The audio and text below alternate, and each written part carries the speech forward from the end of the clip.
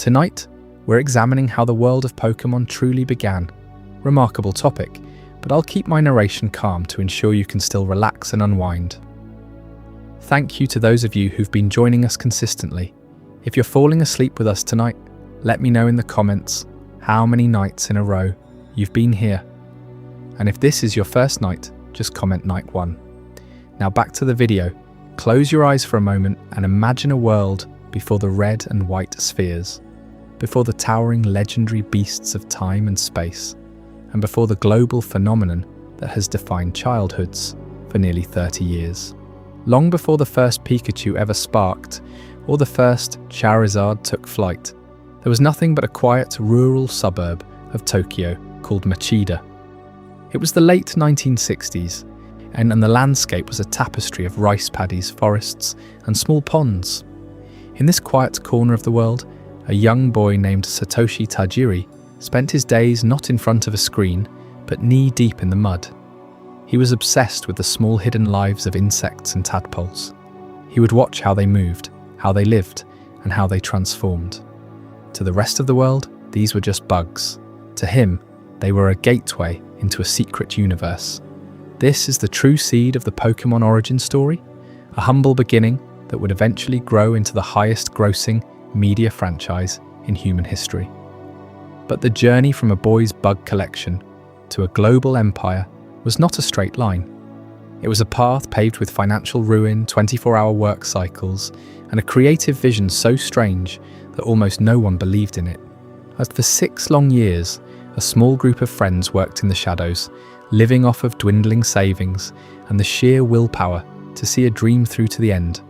They weren't just making a game, they were trying to capture the feeling of a disappearing world. As the forests of Machida were paved over to make way for urban expansion, Tajiri wanted to give the children of the city a way to experience the wonder he felt as a child, the thrill of the hunt, the joy of discovery, and the bond between a collector and the wild. What we are exploring tonight is a dual history. On one hand, we have the grit and determination of the real-world creators at Game Freak, Satoshi Tajiri, the visionary, Ken Sugimori, the artist who breathed life into the monsters, and Shigeru Miyamoto, the mentor who saw the spark when others saw a flickering flame. On the other hand, we have the deep ancient mythology of the Pokémon universe itself. We will look at how the lore evolved across 9 generations, from the simple biology of the Kanto region to the cosmic, godlike entities of Sinnoh and beyond. We will ask how a game about catching bugs became a modern-day mythos involving the creation of the very fabric of reality. The stakes of this story are higher than they might seem. Pokémon is more than just a series of games. It is a cultural touchstone that has bridged generations and borders. It changed the way we interact with technology and with each other. When Tajiri first saw the Game Boy Link cable, he didn't see a way to transfer data. He saw insects crawling across the wire, moving from one world to another. That single spark of imagination transformed a cold piece of plastic into a living bridge. But why did it take 6 years to complete? Why did the original concept, known as Capsule Monsters, fail so many times before it finally found a home at Nintendo? And how did a secret, hidden creature named Mew, a Pokémon that wasn't even supposed to be in the game, save the entire franchise from a quiet, unnoticed death? There is a mystery at the heart of this origin story. It is the mystery of how a project that was on the verge of bankruptcy for half a decade managed to explode into a phenomenon that took over the world in less than 3 years. It is the story of how a quiet, introverted man's childhood hobby became the foundation for a universe of nearly 1,000 species. As we journey through the history of red and green, the expansion into gold and silver, and the eventual discovery of the creator god Arceus, we will see how the developers wove real-world history and high fantasy lore into a single, seamless tapestry. We will look at the influence of Japanese television like Ultraman, the technical hurdles of the Game Boy's limited hardware, and the psychological impact of the "Gotta Catch 'em All" mantra. We will explore the lost designs, the renamed concepts, and the pivotal moments where the entire project almost collapsed. This is a story of persistence, of the transition from the analog world of bug collecting to the digital world of Pocket Monsters. It is a story of how we, as a global community, rediscovered the sense of wonder that Satoshi Tajiri felt in the woods of Machida all those years ago. Tonight, we go back to the very beginning. We go back to the first sketch of Rhydon, the first pitch to a skeptical Nintendo board, and the first time a player stepped out into the tall grass of Route 1. We will trace the lineage of this world from the 1990s to the present day, uncovering the secrets of the lost origin story that spans across all 9 generations. And if this is your first night, just comment Night 1. In the dusty outskirts of Machida, just beyond Tokyo's sprawling edges, a boy named Satoshi Tajiri roamed free through rice paddies and wild thickets, his pockets bulging with wriggling treasures from the earth. It was the late 1960s, and young Satoshi lived in a modest home with his father, a Nissan car salesman who hustled through the city's growing traffic, and his mother, who kept the household humming with quiet routine. Machida back then felt worlds away from the neon pulse of central Tokyo. Think endless fields dotted with farmhouses, streams alive with the croak of frogs, and forests whispering secrets under canopies of oak and chestnut. Satoshi would slip out at dawn, armed with nothing but a homemade net fashioned from bamboo and old cloth, his small hands quick as lightning. Beetles were his first love, those armoured giants of the insect world. He'd scale trees slick with morning dew, heart pounding, to pry loose a stag beetle clamped to bark, its mandibles clicking like tiny scissors. Or he'd kneel by pond edges, breath held, scooping tadpoles that twisted like black commas in his jar, watching their gills flutter as they transformed before his eyes. Friends called him Dr. Bug, half in jest, half in awe, because he'd lug around glass cases filled with his prizes, rhinoceros beetles with horns like samurai helmets, jewel beetles shimmering green and gold in the sunlight. Trading them became his currency. A rare Hercules beetle could swap for a handful of marbles or a comic book, but Satoshi hoarded his favourites, sketching their forms in notebooks stained with dirt and sap. Those endless hunts weren't just play, they etched something deeper into him. Satoshi Tajiri's childhood in the rural outskirts of Machida, Tokyo, was a symphony of textures and scents. The metallic tang of crushed leaves underfoot, the humid buzz of cicadas in summer heat, the cool slime of a salamander slipping through fingers. He devoured books on entomology borrowed from the local library, memorizing life cycles, dissecting wings under scavenged magnifying glasses.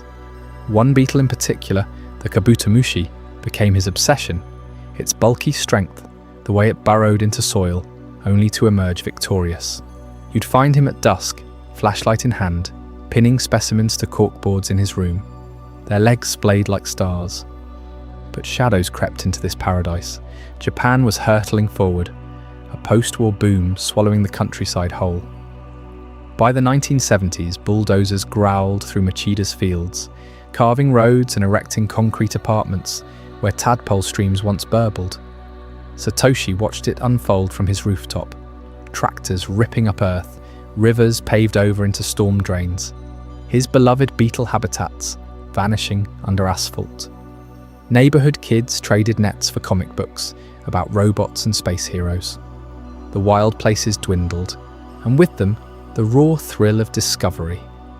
He felt it like a gut punch, the natural world, so vibrant and close yesterday, slipping away into memory.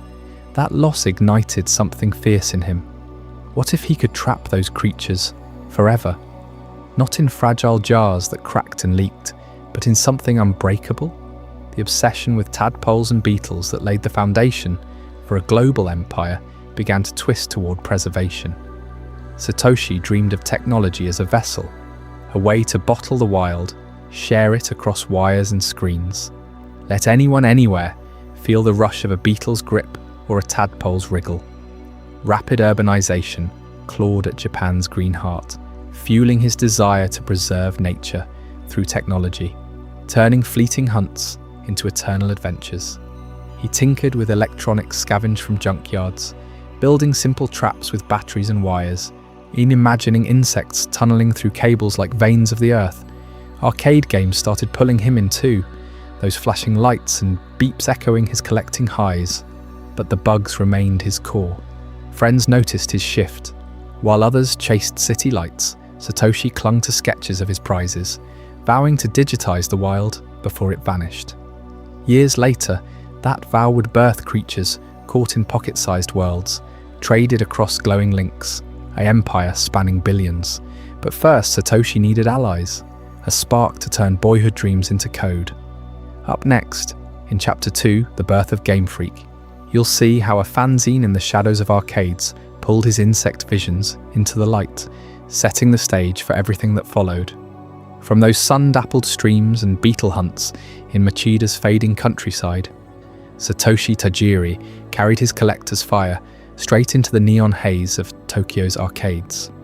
By his late teens, the boy who once pinned insects to corkboards had traded his nets for quarters, losing himself in the rhythmic clatter of pinball machines and the hypnotic glow of vector graphics. Japan in the early 1980s was an arcade explosion.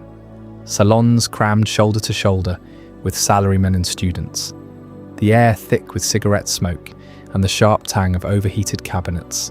Tajiri devoured it all, scribbling notes on high scores and secret codes, his mind racing faster than the pixels on screen. That obsession crystallized in 1982 when, at just 21, he poured his savings, scraped from odd jobs, into launching a self-published fanzine. He called it Game Freak, a raw, photocopied love letter to the arcade underground. From his parents' modest home, Tajiri hammered out articles on the latest shooters and fighters, dissecting mechanics with the precision of a bug collector pinning specimens. Friends pitched in, trading stories over late-night ramen, their passion mirroring his own. Issues sold out at arcade doors, passed hand to hand like contraband, building a cult following among gamers hungry for insider tips no mainstream mag touched. Game Freak wasn't just ink on paper. It was a rebellion against sanitized coverage, a gritty chronicle of the joysticks and sweat that defined a generation. You can almost hear the dot matrix printer whirring in that cramped Tokyo suburb, pages flipping under dim fluorescent lights as Tajiri dreamed bigger. But dreams demand action, and by the late 1980s, the arcade tide was shifting, home consoles nibbling at their edges. Tajiri saw the pivot coming. What started as a fan-made arcade magazine morphed, almost organically, into something rogue and ambitious. A development studio. No corporate backing, no venture capital, just a handful of misfits coding on borrowed hardware, teaching themselves assembly language through trial and error. Game Freak Inc. was born in 1989, operating in the shadows of Japan's gaming giants like Nintendo and Sega, a scrappy outfit betting everything on homemade titles. It was right around then that Satoshi met the artist who would become his perfect counterpoint. Ken Sugimori, a fellow arcade devotee with a sketchbook always tucked under his arm, crossed paths with Tajiri at a Tokyo gaming event. Tajiri, the visionary, wild-eyed, chain-smoking, rattling off ideas about creatures and worlds at machine gun pace, locked eyes with Sugimori, whose pencil danced across napkins, conjuring fluid lines and expressive faces from thin air. Sugimori had been freelancing illustrations for fanzines, his style a blend of manga flair and anatomical precision, born from years studying wildlife and fantasy art. Their connection was instant, electric. Tajiri poured out concepts like rivers after rain, and Sugimori shaped them into breathing forms. Together, they weren't just partners, they were symbiotic. The dreamer and the draftsman, forging Game Freak's visual soul. Picture their early days, if you can feel the squeeze of it. The team, never more than a dozen at its peak, huddled in a single-room office in Setagaya, a Tokyo ward where rent was cheap, but space was a cruel joke. Walls papered with concept arts and flickering CRT monitors, the air heavy with instant noodle steam, and the ozone hum of cooling fans. Desks jammed together like puzzle pieces, cables snaking across the floor like veins. 1980-something Japan pulsed outside, bubble economy highs masking the grind. But inside, it was relentless. Power outages mid-code, prototypes crashing on ancient PCs, paychecks that were more promise than yen.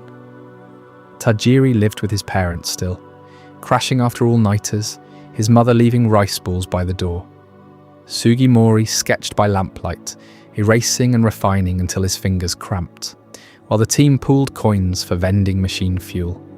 Releases were rare, buggy affairs. Games like Quinty and Mendel Palace eked onto the Famicom disk system, met with polite shrugs from players. Critics called them amateurs.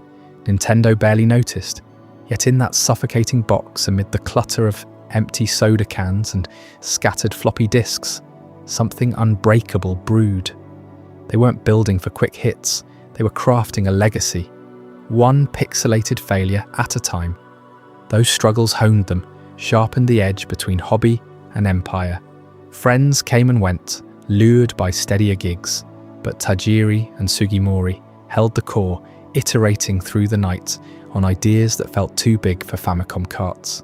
The office became a pressure cooker of creativity, arguments echoing off thin walls, breakthroughs celebrated with cheap beer. Financially, they teetered. Printers seized up from overuse, deadlines whooshed by unpaid. But the arcade spirit lingered, that same thrill of inserting one more coin for one more try. Yet Game Freak wasn't rogue by choice, it was rogue by necessity, a band of outsiders proving software could spring from passion alone. And as the 1980s bled into the 90s, that cramped crucible set the stage for Tajiri's world-shaking revelation. But hold that thought, the real spark, the one that turned insects into icons, hits in Chapter 3, the link cable epiphany. What happened when a simple yellow cable changed everything? Stick around, you won't want to miss how it all connected. With Game Freak now pulsing as a scrappy video game outfit, Tajiri and Sugimori huddled in cramped Tokyo apartments, prototyping games that flickered with raw potential, but never quite ignited the world. Tajiri, ever the restless collector at heart, chased that elusive spark. He poring over arcade cabinets and flipping through fanzines late into the night. Then in 1991, everything shifted when he first encountered the Nintendo Game Boy. Picture Tajiri in a bustling electronics shop in Machida, the air thick with the hum of fluorescent lights and the chatter of salarymen eyeing the latest gadgets. He picks up this unassuming grey handheld, its matte plastic cool against his palm. The screen, a modest glow promising portable worlds. But it's not the Tetris blocks tumbling, or the pixelated sprites that hook him. It's the slender, yellow Game Link cable snaking out from the side. That unremarkable accessory meant for linking two machines together. In that instant, Tajiri's mind races back to his childhood trails, where beetles and caterpillars navigated twigs and leaves in endless processions. He sees it clear as day, insects crawling across that cable, tiny legs gripping the plastic weave, marching from one Game Boy to another like a living bridge between worlds.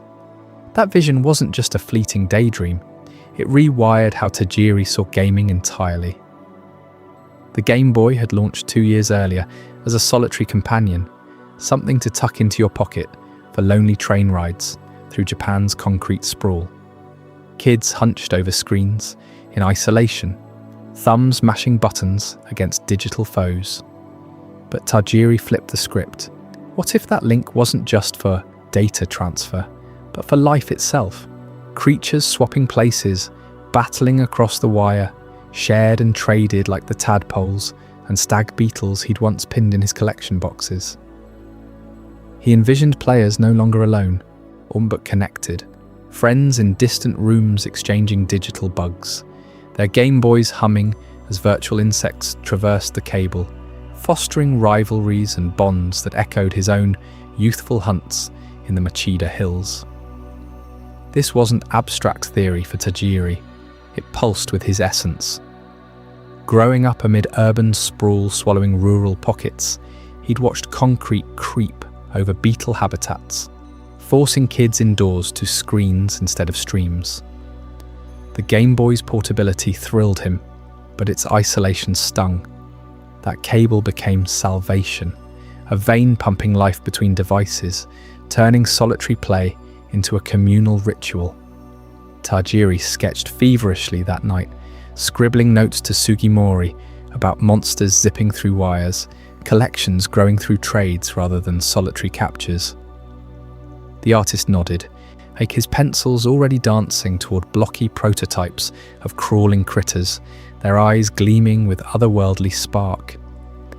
As weeks blurred into experiments, Tajiri tested the link himself, battling friends in marathon sessions that stretched past midnight. Each trade felt electric, a digital echo of swapping rare specimens under lantern light. He realized the Game Boy could resurrect that lost joy of sharing treasures, but amplified. Your butterfly against my dragonfly, evolutions sparked by connection. No more hoarding in silence, this was a network of living collections, where every cable tug meant stories exchanged, strategies born. Nintendo caught wind of his prototypes, drawn by Game Freak's gritty fanzine roots, and soon contracts loomed, yet Tajiri's epiphany lingered. The core of something vast, a game where you'd roam pixelated wilds, hurl capsules to snag beasts, then link up to swap them. The cable alive with imagined insectile parades. That humble yellow cord, once overlooked, now thrummed as the franchise's hidden heart, bridging Tajiri's bug-hunting past to a shared future. It promised not just games, but ecosystems of play, battles that raged across friendships, trades that built empires one creature at a time. And from this revelation, Tajiri forged his boldest pitch yet, a concept that would test Nintendo's patience through repeated rejections.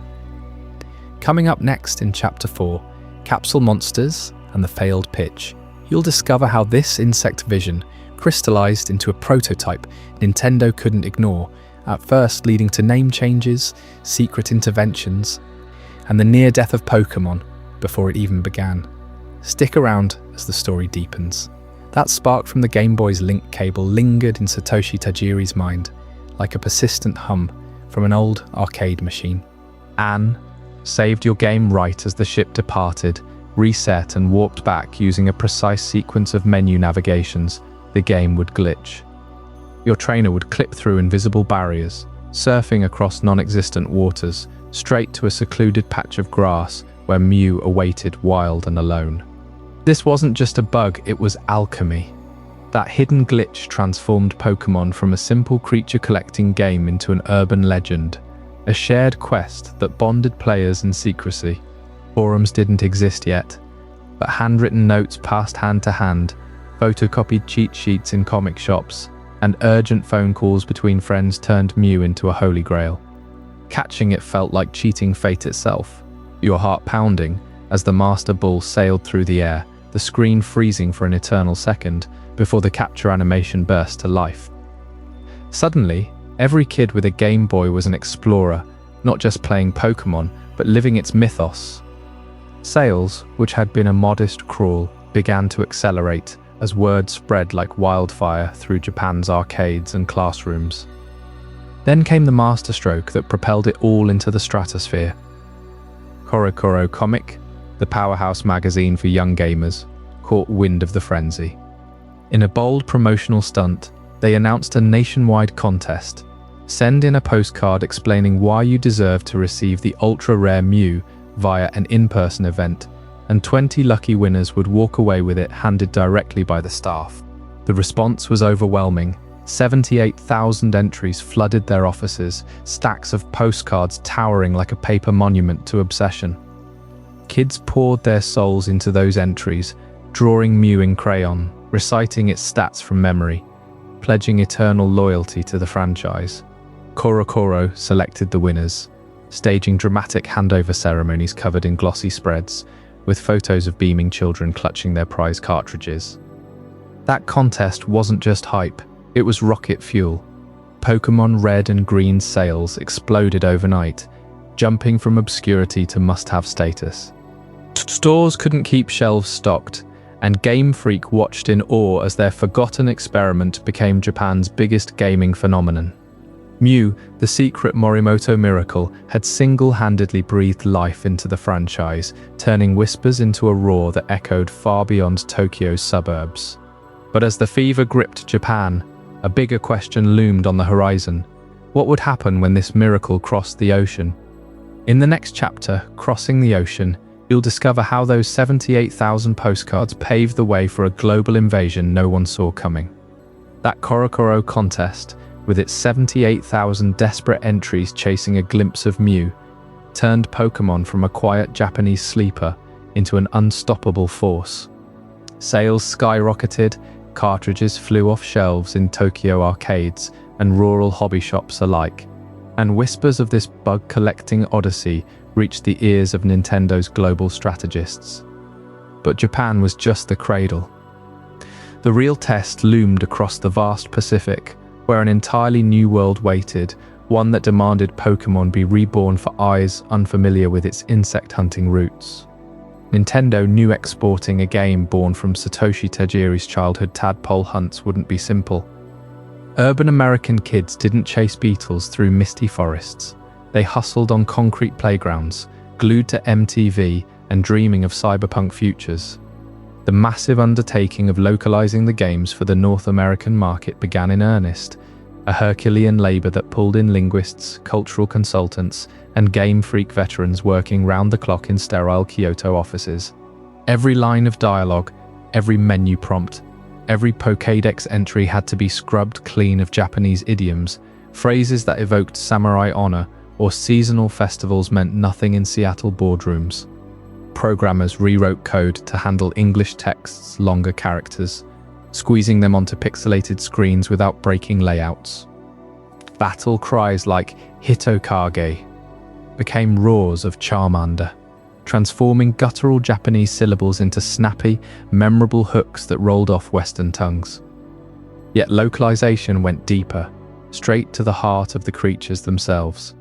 Changing the names and designs to appeal to a Western audience wasn't mere translation, it was reinvention. Bulbasaur shed its literal seed tadpole origins for a bulbous, dinosaur-like charm that echoed Jurassic fantasies. Squirtle traded watery folklore ties for a tough guy turtle vibe, perfect for kids raised on Teenage Mutant Ninja Turtles. Even the starters' evolutions got tweaks. Charmeleon's flames burned brighter in international sprites. Ivysaur's vines coiled with a fiercer, more aggressive curl to match American tastes for bold, explosive visuals. Ken Sugimori's team iterated endlessly, printing sprite sheets on clunky dot matrix printers, debating under fluorescent lights whether Psyduck's vacant stare needed more comic bewilderment for humor-starved players. Japanese green version, with its glitchy edges, became blue in the West, cleaner graphics, smoother animations, a polished gateway drug for newcomers. Trainers' outfits shifted too. Baggy Japanese school uniforms slimmed into streetwear that screamed 90s cool, evoking skateboarders over salarymen. By early 1998, the Pokémon Company had formalized in April, a trinity of Nintendo, creatures and Game Freak uniting to orchestrate this transoceanic gamble. Offices buzzed with prototypes shipped via cargo planes, beta testers in California garages trading Mew glitches over dial-up forums. Nintendo of America poured resources into market research, focus groups of 10-year-olds in focus group vans, munching Pokémon-shaped snacks, rating monsters on cool factor scales. Would Americans embrace a world where you hurled capsules at digital beasts? Or would it flop like so many imported oddities before it? Then, on September 28, 1998, Pokémon Red and Blue dropped in North America, unleashing the gotta-catch-em-all marketing blitz that redefined viral hype. Billboards towered over Times Square, blasting that slogan in electric yellow, 4 words that burrowed into brains like a parasect infestation. TV spots flooded Saturday mornings. Kids in oversized Pikachu hoodies chasing holographic Jigglypuff through suburban backyards. The jingle pounding "Gotta catch 'em all, it's you and me." Cereal boxes hid holographic cards. McDonald's Happy Meals spilled out plushies. And Toys R Us lines snaked around blocks for midnight launches. Nintendo printed millions of cartridges in humid New Jersey factories. The air thick with plastic molding scents and whirring assembly lines. Within weeks, 2 million copies vanished. Scalpers hawked them for triple retail on eBay's newborn auctions. Classrooms erupted in trades. "Your Charizard for my Blastoise," while parents scrambled for glitchy Game Boys that overheated from non-stop battles. The blitz didn't stop at games. Trading cards flooded Kmart aisles, their foil Mewtwoos glinting under fluorescent buzz. Comic shops stocked Viz Media's manga, pages alive with Team Rocket's sneers, translated into Brooklyn tough guy drawls. By Christmas, Pokémon had infiltrated 80% of American households under 12, a fever that crashed websites and melted phone lines at Nintendo's Redmond headquarters. Time magazine splashed it across covers, dubbing it the must-have mania since Cabbage Patch Dolls. Yet beneath the frenzy, cracks showed parents picketing violent monster fights, congressional hearings grilling execs on Pokemania's grip. Still, sales hit 10 million by year's end, proving Tajiri's wire-crawling bugs could conquer concrete jungles. This ocean-crossing triumph set the stage for even wilder evolutions, but nothing ignited the spark quite like what came next. Up next in Chapter 10, the anime and the Pikachu factor reveals how a certain yellow mouse stole the spotlight and turned Pokémon into a cultural supernova stick-around, because you won't believe how one creature's squeak changed everything forever. As the freshly localized red and blue versions finally touched down in North America on September 28, 1998, Nintendo faced a quiet truth. Tweaking names like Pocket Monsters to Pokémon and softening some designs for Western eyes had opened the door. But sales were steady, not explosive. Kids bought the games, traded pixels across link cables. Yet something vital was missing, a spark to turn solitary handheld adventures into a shared cultural wildfire. That spark arrived not from another cartridge, but from television screens, where a plucky yellow rodent stole the spotlight and redefined everything. Pikachu wasn't always destined to be the unbreakable icon etched into every Pokémon fan's memory. Deep in Game Freak's early sketches, Clefairy held that crown. Ken Sugimori had drawn her first as the ultimate mascot, pink, moon-kissed, with a whimsical dance that echoed Ultraman's capsule heroes. She bounced on stages, starred in promotional art, even headlined the initial anime pilot concepts. Executives saw her as the perfect ambassador, adorable, ethereal, a fairy tale fit for Japan's burgeoning kid culture. But whispers from test audiences and Tajiri's own instincts pulled in another direction. Pikachu, that spiky-eared electric mouse born from Sugimori's doodles of a cheeky sparrow fused with raw voltage, crackled with mischief. She zapped, she puffed cheeks in fury, she rode shoulders like a loyal sidekick. In focus groups, kids lit up at her antics, far more than Clefairy's gentle glow. By the time the anime greenlit, the switch was official. Pikachu leaped from supporting electric type to franchise face, her silhouette beaming on every poster, toy, and Game Boy case. It was a gamble that paid off in thunderbolts, turning a mid-tier starter into the heartbeat of billions.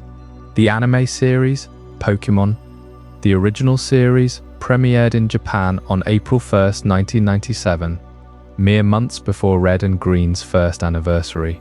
At its core sat 10-year-old Satoshi, our Ash Ketchum, thrust into the Kanto wilds with nothing but a rivalry-fueled dream and his very first Pokémon, Pikachu.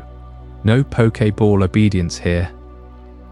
This Pikachu spat lightning in defiance, perched defiantly on Satoshi's cap, forging a bond through trial after grueling trial.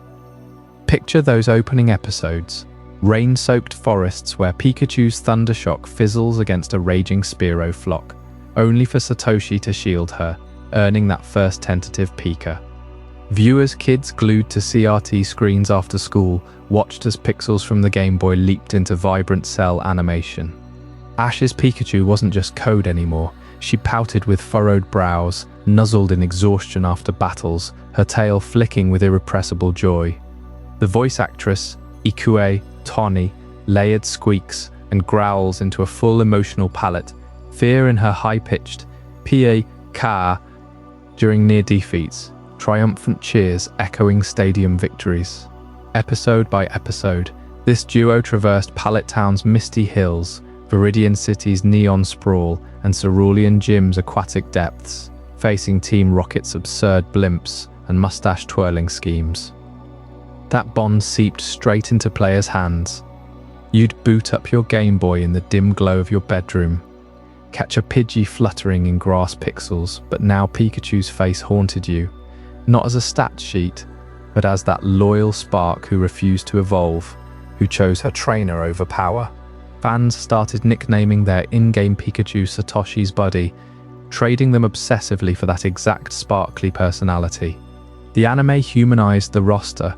Charizard's brooding roars hid a soft spot, Bulbasaur's vines wrapped in quiet protectiveness. It blurred the line between game and screen, making every random encounter feel personal. Kids who'd battled solo for months now role-played Ash's journey, mimicking Thunderbolt calls in backyards, sketching fan art of their own Pikachu evolutions that never were. This wasn't marketing, it was alchemy. By 1991, he wasn't just dreaming anymore, he was drawing. Rough pencil lines on scrap paper filled his tiny apartment in Machida, capturing the essence of those childhood bugs, transformed into digital wanderers. But these weren't mere insects. They evolved into something bolder, something straight out of his late-night television binges. Tajiri had grown up glued to his screen, mesmerized by the giant battles in Japanese tokusatsu shows. One series gripped him hardest, Ultra 7, that gritty 1967 sci-fi epic, where the silver-suited hero, Dan Moriboshi, pulled tiny capsules from his belt. With a flick of the wrist, those capsules burst open, unleashing colossal monsters to clash against invading kaiju under stormy skies. The sound of capsules cracking, the thunderous roars echoing through static-filled broadcasts, it all seeped into Tajiri's subconscious. He saw his beetles not as fragile collectibles, but as warriors waiting to be summoned, shrunk down and stored for the perfect moment. From those hypnotic episodes came the original Catman sketches. Tajiri doodled a pint-sized hero named Catman, a boy who roamed pixelated landscapes, hurling capsules to call forth bizarre beasts. Picture it, jagged lines forming a caped figure mid-throw, capsules arcing like shooting stars, exploding into horned creatures with glowing eyes and armored shells. These weren't polished concepts yet, just feverish bursts of ink on napkins and notebook margins, blending his bug-hunting nostalgia with Ultra 7's capsule combat. Catman wasn't destined to be the star, though. He faded as Tajiri refined the real heart of it all. The creatures themselves took center stage, bottled up in capsules small enough to carry anywhere. Tajiri called this vision Capsule Monsters, a world where kids traded these pocket-sized powerhouses, battling them head-to-head in a frenzy of strategy and surprise. Game Freak's cramped office buzzed with the idea. Ken Sugimori hunched over his drafting table, breathing life into the sketches with vibrant colors and menacing grins. Rhydon, that hulking drill-armed brute, emerged first from Sugimori's brush, its rocky hide cracking like fresh earth after rain. 151 species followed in fevered succession, each one a twisted homage to beetles, dragons, and everything in between. But turning doodles into a game meant facing the giants.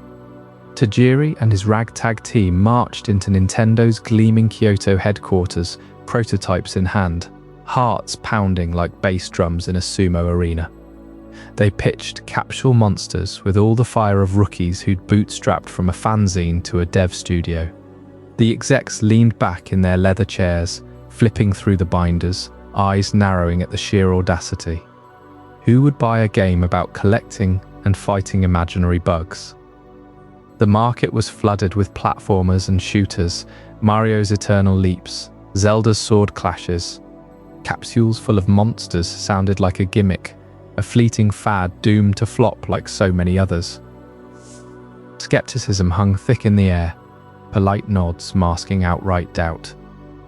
Rejection after rejection stung, each one a door slamming on their dreams. Word of the struggling upstarts reached the ears of a legend. Shigeru Miyamoto, the quiet genius behind Super Mario and Donkey Kong, caught wind of Game Freak's plight. He wasn't just any producer, he was Nintendo's creative North Star, the man who'd turned plumbers into icons. Miyamoto saw echoes of his own early battles in Tajiri's persistence, the same raw hunger that had birthed his worlds from simple sketches.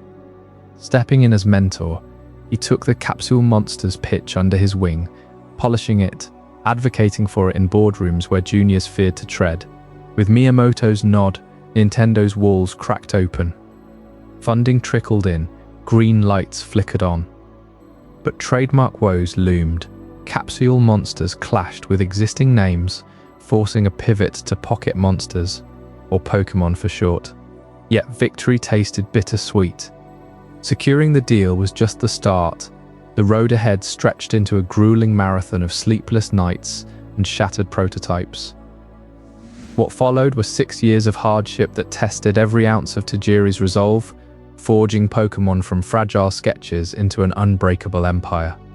Stick around for Chapter 5, 6 years of hardship, where the real crucible begins, and you'll see how close they came to crumbling entirely.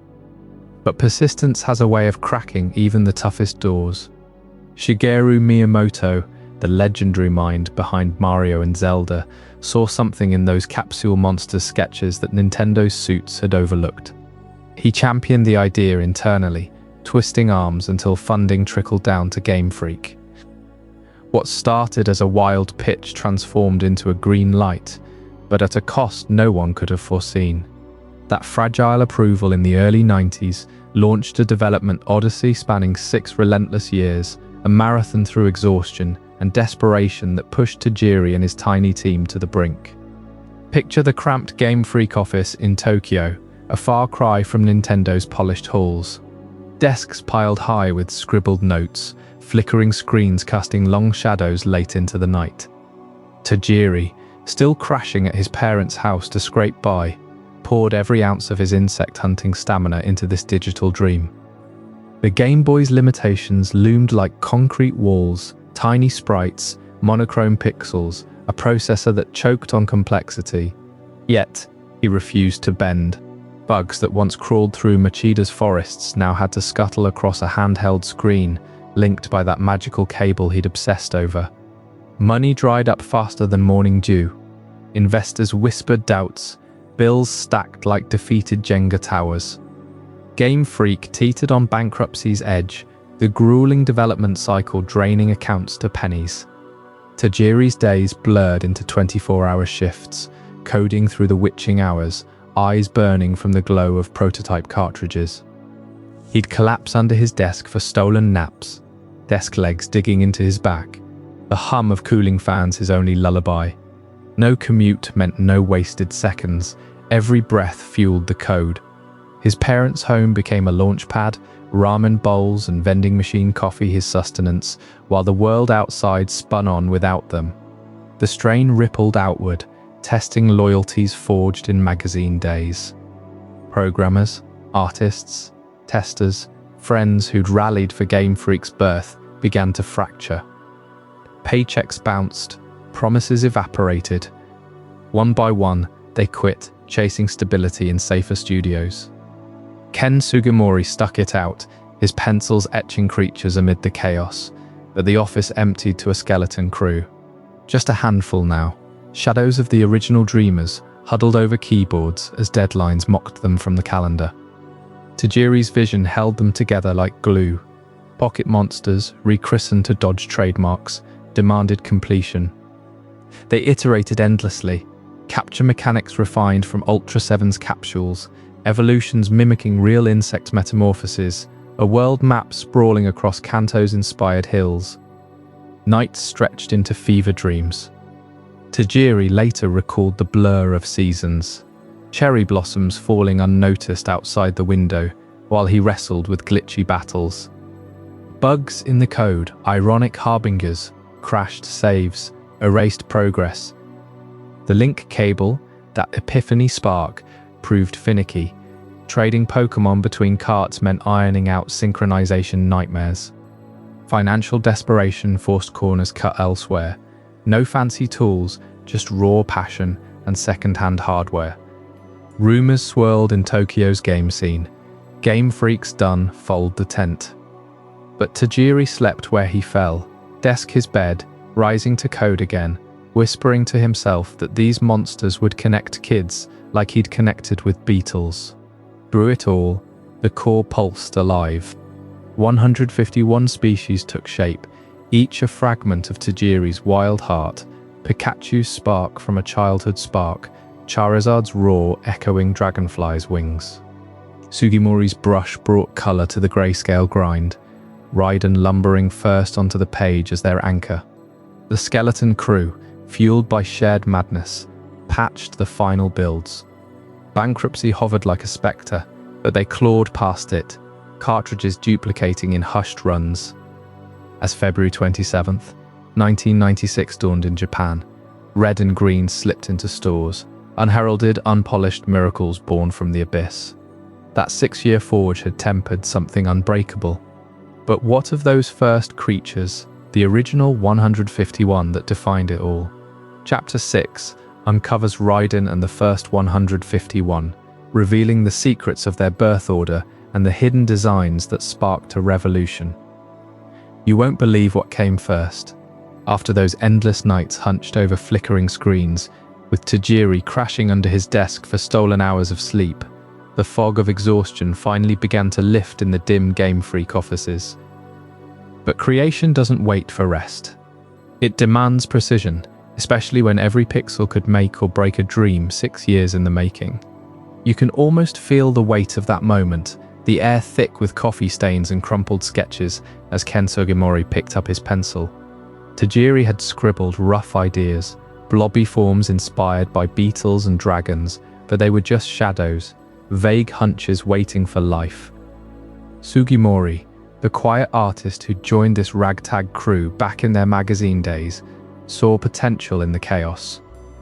He started simple, tracing bold outlines that captured raw power, then layered in details, armored hides, glowing eyes, horns that pierced the page. One creature emerged first from this alchemy, a hulking drill-headed beast born from those primal shapes. Here's the revelation that rewrites everything you thought you knew. Rhydon was the first Pokémon ever designed and programmed. Not some majestic legend like Mewtwo or Charizard, but this armored rhino with a spinning tail drill coded straight into the prototype as test number 001. Sugimori refined it obsessively, starting from an abstract lump of rock and metal, sculpting its riveted plates and thunderous stance until it roared off the paper. Tajiri watched, nodding furiously, as lines of code brought those strokes to digital life on the Game Boy's monochrome screen, Rhydon's pixels flickering like a heartbeat in the machine.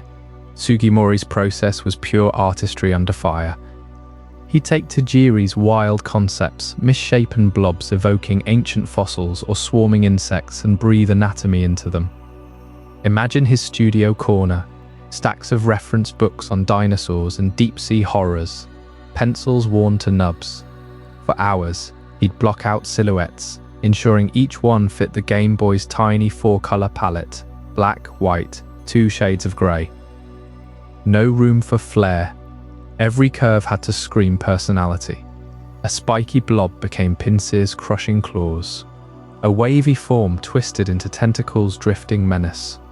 He iterated relentlessly, erasing and redrawing until the abstract dissolved into icons that lodged in your brain forever. Pikachu's rosy cheeks from a fuzzy sketch. Bulbasaur's bulb swelling like a promise of growth. But genius meets grit at the hardware's edge. The Game Boy cartridge wasn't forgiving. 8 megabits. That's it, for an entire world. Programmers sweated over ROM constraints, battling to cram 151 sprites into that sliver of silicon.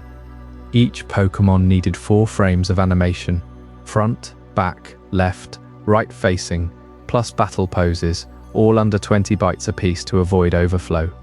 Rhydon's drill alone 8 cycles. Its spin effect risked crashing the whole encounter system. They cut corners mercilessly, shared palettes across species, simplified walk cycles that looped invisibly. Tajiri paced the floor as coders like Junichi Masuda wrestled overflows, deleting data overnight only to resurrect it at dawn. One wrong sprite size, and Mew vanished forever from the roster. Fitting 151 meant ruthless triage. No frills, just essence. The struggle forged them, turning limitations into legend. These weren't just drawings or code snippets, they were survivors of a silicon siege. Sugimori would hand off finals to the team, watching his Inkborn army load into the emulator, Jengar phasing through shadows, Jigglypuff's puffball bounce defying physics. Tajiri tested obsessively, battling Rhydon against itself in endless loops, tweaking stats until it felt unbreakable. The first 151 crystallized here, a pantheon from primordial sketches, the Kanto starters blooming from seed ideas, legendaries like Articuno sketched in fevered all-nighters. Each one carried the scars of those years, their simplicity a badge of ingenuity. You sense the tension building, don't you? All this labor funneled into 2 cartridges labeled red and green, slipping quietly into Japanese stores without fanfare. What happened when those doors finally opened on February 27th, 1996? That's where we head next in Chapter 7. Red, green, and the quiet launch. Stick around. The spark that ignited the wildfire is just about to flicker to life. With those first 151 creatures now etched into code and pixel art, ready to roam the pixelated wilds of the Game Boy screen, Game Freak faced their ultimate test, unleashing them into the world. Rhydon, the hulking drill-armed beast born from Sugimori's sketches, stood as the pioneer, but the real question lingered in the dim glow of Tajiri's cluttered workspace. Would anyone even notice? On February 27th, 1996, Pokémon Red and Green versions slipped quietly into Japanese stores. No parades down the bustling streets of Tokyo. No flashing neon billboards in Akihabara screaming their arrival. Just a handful of cartridges stacked modestly on shelves amid the usual Game Boy titles, Tetris clones and platformers that had already captured young hearts. Nintendo published the games, but they treated this oddball project from the upstart Game Freak team like a side experiment, not a revolution. Tajiri and his crew, bleary-eyed from 6 years of ramen-fueled marathons, watched from the sidelines as initial sales trickled in. A few thousand copies here, a couple thousand there. Whispers in gaming magazines barely registered it as more than a quirky monster collecting sim. You can almost feel the quiet tension in those early weeks. Kids in suburban Machida, Tajiri's old stomping grounds, might have picked up a copy on a whim after school, trading yen for a slim grey cartridge. They'd pop it into their Game Boys during long train rides home, linking up with a friend across the desk to battle or swap a Pikachu for a Bulbasaur. But the hype? Non-existent. No TV spots during prime-time anime blocks. No splashy Koro comic covers. Game Freak's budget was razor-thin. They couldn't afford a marketing blitz. Sales crawled along at a snail's pace, hovering around the low tens of thousands by spring. Nintendo brass started murmuring about pulling the plug. This wasn't the instant smash like Super Mario or Zelda. It was a slow burn, flickering like a dying Game Boy battery in the dark. That sluggish start nearly doomed the whole endeavor to obscurity. By mid-1996, with stacks of unsold red and green cartridges gathering dust in warehouses, the team felt the noose tightening. Tajiri, still crashing at his parents' place to scrape by, pored over sales charts in the dead of night. Game Freak teetered on bankruptcy's edge once more, their dream of digital bug hunting on the brink of being shelved forever. Publishers whispered of cancellation, Why sink more into a title that couldn't even crack the top 10 charts? The creatures Sugimori had breathed life into, those refined shapes evolving from scribbles into legends, risked fading into forgotten demo discs. Pokémon, this sprawling world of captures and evolutions, hung by a thread, its quiet launch threatening to silence it before it could roar. But then, something organic stirred in the unlikeliest of places, the schoolyards of Japan. Word of mouth ignited like a chain of hidden machines, passed from kid to kid during recess trades and lunchroom boasts. Hey, did you get that new game where you catch monsters with balls? One boy might say, pulling out his Game Boy under the cherry blossoms. Another nods, eyes lighting up as they link cables right there on the blacktop, Pikachu zapping Charmander in a burst of pixel sparks. Classrooms buzzed with trades. Your Squirtle for my Pidgey? And the thrill of rare encounters spread like wildfire through elementary whispers. Parents heard the chatter at dinner tables, bought copies for their own kids, who then evangelized to cousins and neighbors. No ads needed. These pint-sized ambassadors turned the tide. Sales began to climb, steadily at first, then surging past 100,000, 200,000. The schoolyard network, fueled by playground rivalries and after-school link battles, breathed life back into red and green. What Nintendo's marketing couldn't achieve, the raw excitement of children sharing secrets did. That grassroots spark transformed a near miss into momentum, proving Pokémon's heart lay not in fanfare, but in connection. As cartridges flew off shelves by summer's end, eyes turned to an even rarer glimmer on the horizon, one that would catapult this quiet phenomenon into legend. Up next in Chapter 8, The Mew Miracle, we'll uncover the contest that flooded Koro Koro with 78,000 entries and sealed Pokémon's fate forever. As those initial sales in Japan trickled in, month after month, Game Freak held its breath, wondering if their 6 years of sweat would vanish into obscurity. Red and green had captured hearts quietly, but the real spark, the one that would ignite everything, came from deep within the code itself. Picture the dim glow of computer screens in the cramped Game Freak office late one night in 1995. Programmer Shigeki Morimoto, a quiet genius with a knack for pushing boundaries, stared at the roster of 150 Pokémon already programmed into the games. The team had finalized the list, but Morimoto couldn't let it end there. He felt the pull of something mythical, a creature that embodied the mystery of discovery itself. Working in secret, long after everyone else had gone home, he slipped in the 151st Pokémon, Mew. No fanfare, no approval from Tajiri or the higher-ups, just a hidden gem buried in the game's data, uncatchable through normal means, a digital Easter egg meant only for those clever enough to find it. Morimoto drew inspiration from Mew's lore, envisioning it as the ancestor of all Pokémon, a genetic bundle holding the DNA of every creature in the game. He programmed it with impossible stats, moves that no other Pokémon could learn, and tucked it away in a remote corner of the code. Why the secrecy? Morimoto later confessed it was a personal thrill, a way to leave his mark on the project that had consumed them all. He never told a soul, not even during testing. Mew existed as a ghost in the machine, whispering possibilities to anyone who dared probe the game's hidden layers.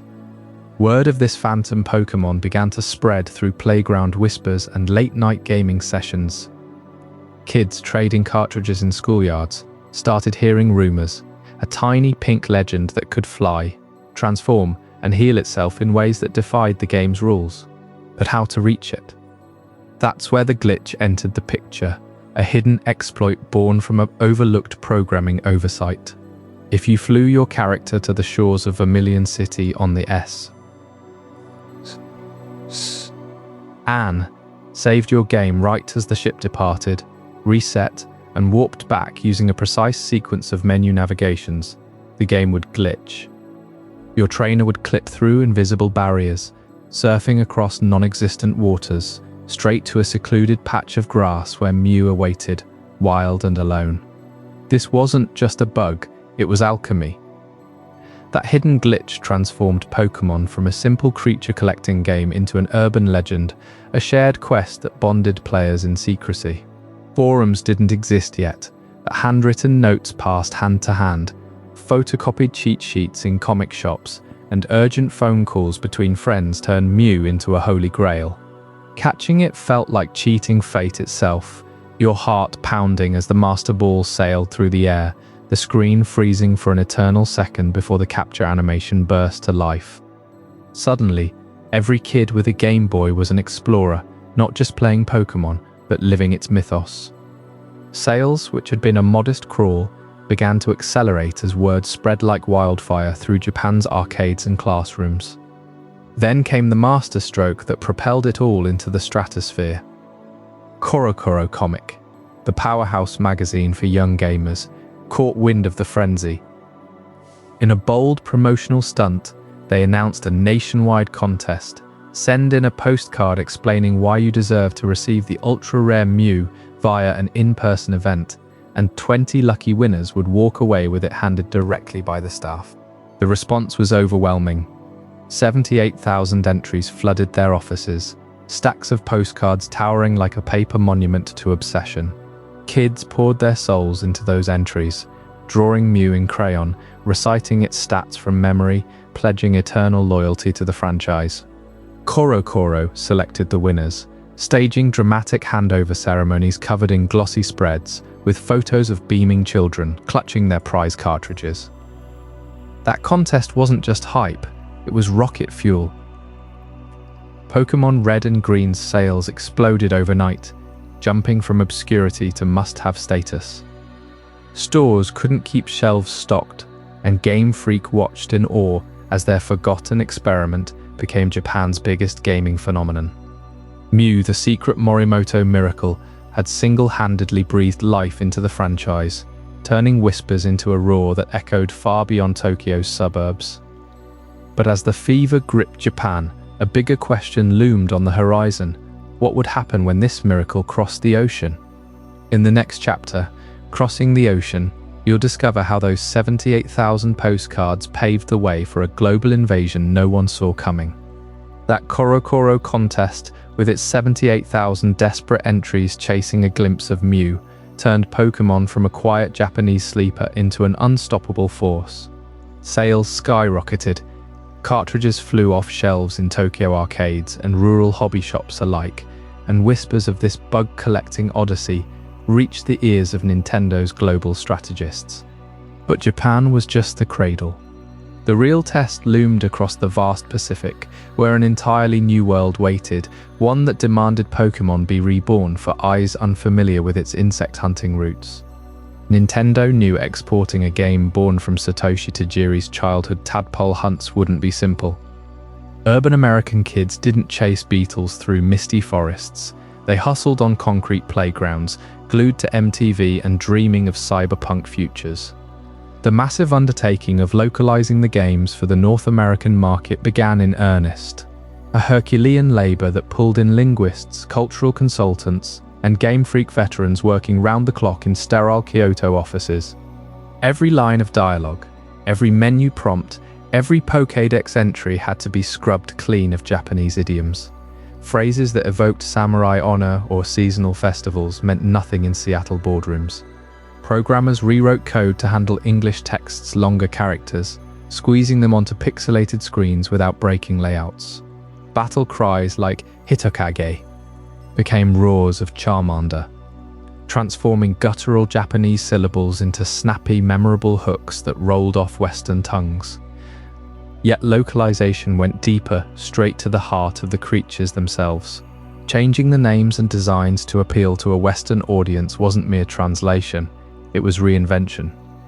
Bulbasaur shed its literal seed tadpole origins for a bulbous, dinosaur-like charm that echoed Jurassic fantasies.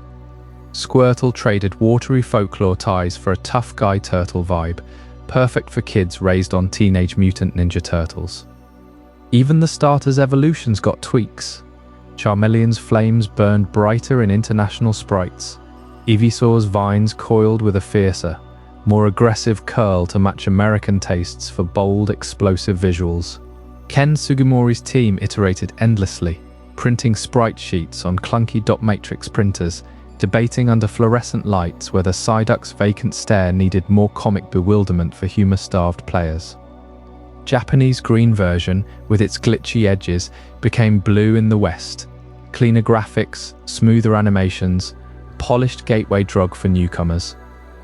Trainers' outfits shifted too. Baggy Japanese school uniforms slimmed into streetwear that screamed 90s cool, evoking skateboarders over salarymen.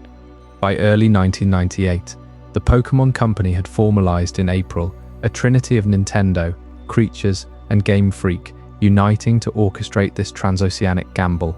Offices buzzed with prototypes shipped via cargo planes, beta testers in California garages trading Mew glitches over dial-up forums.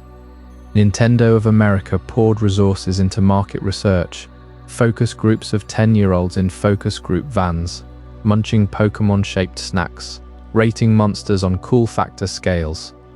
Would Americans embrace a world where you hurled capsules at digital beasts? Or would it flop like so many imported oddities before it?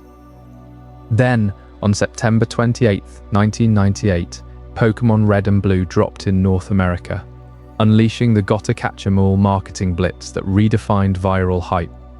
Billboards towered over Times Square, blasting that slogan in electric yellow, 4 words that burrowed into brains like a parasect infestation.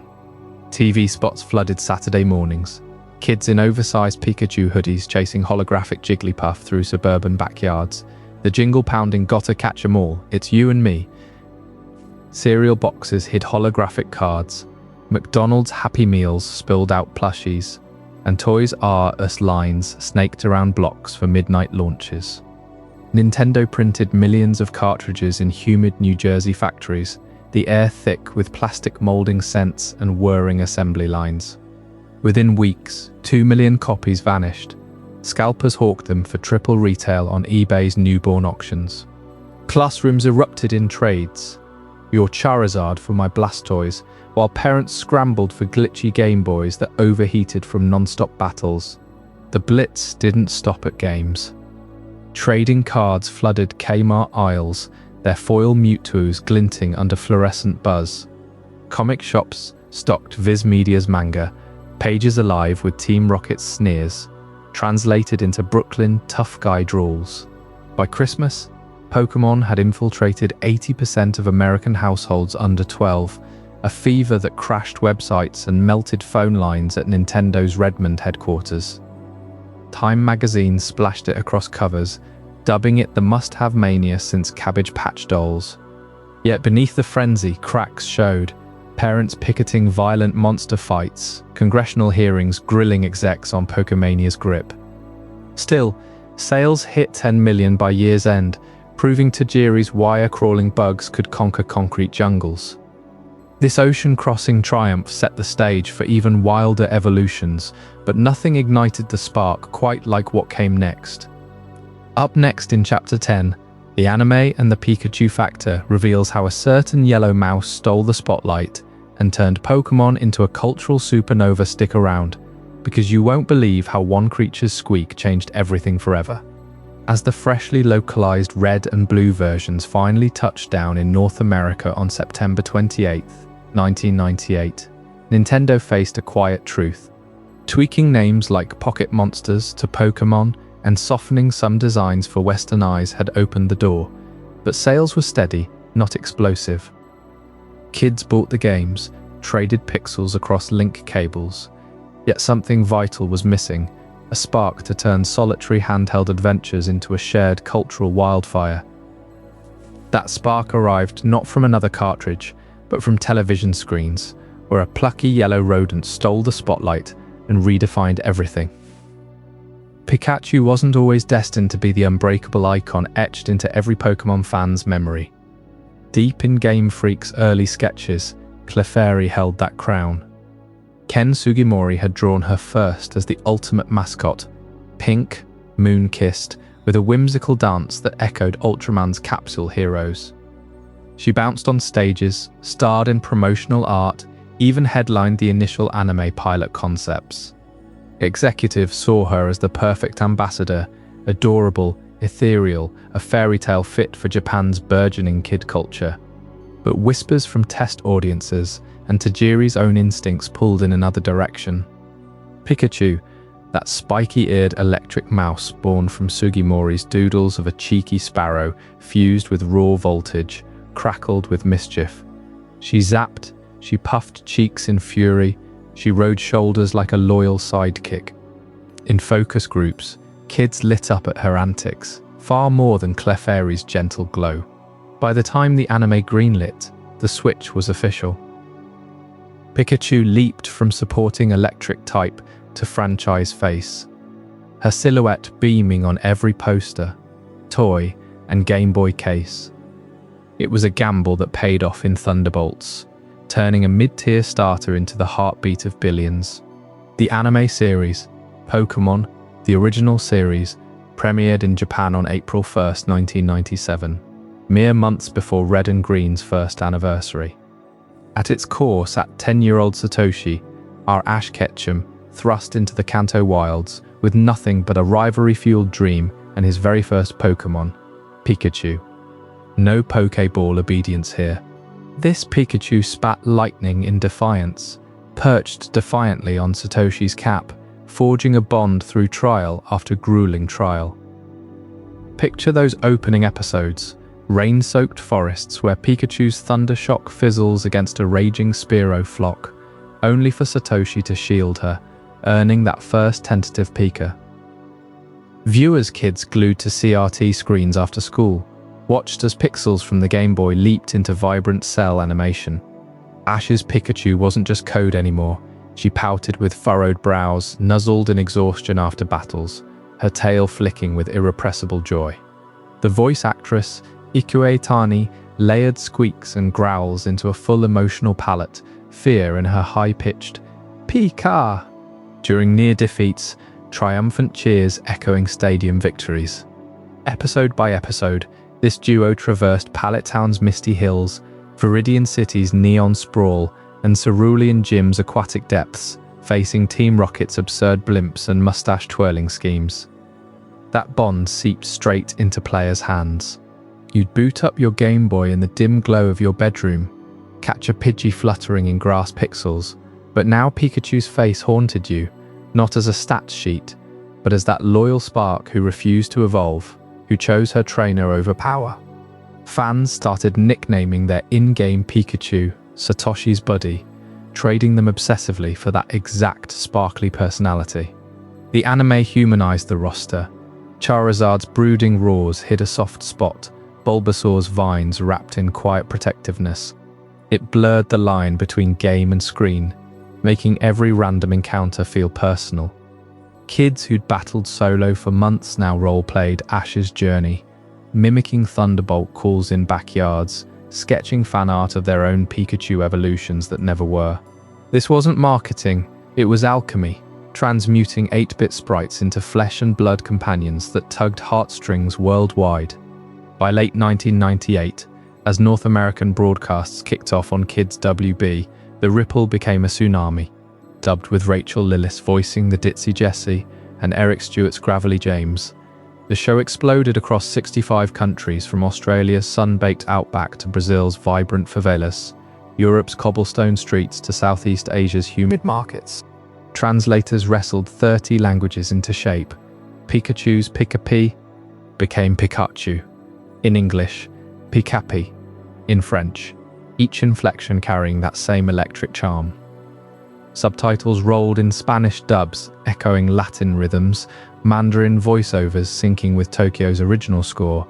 Time magazine splashed Pikachu on its cover, dubbing the phenomenon Pokemania, with merchandise flooding shelves, backpacks, pajamas, cereals stamped with Thunderbolt logos. Schools banned trading cards amid playground frenzies.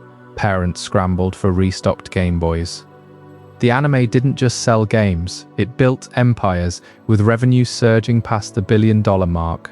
All because those animated eyes met yours through the glass and whispered, "You're my trainer now."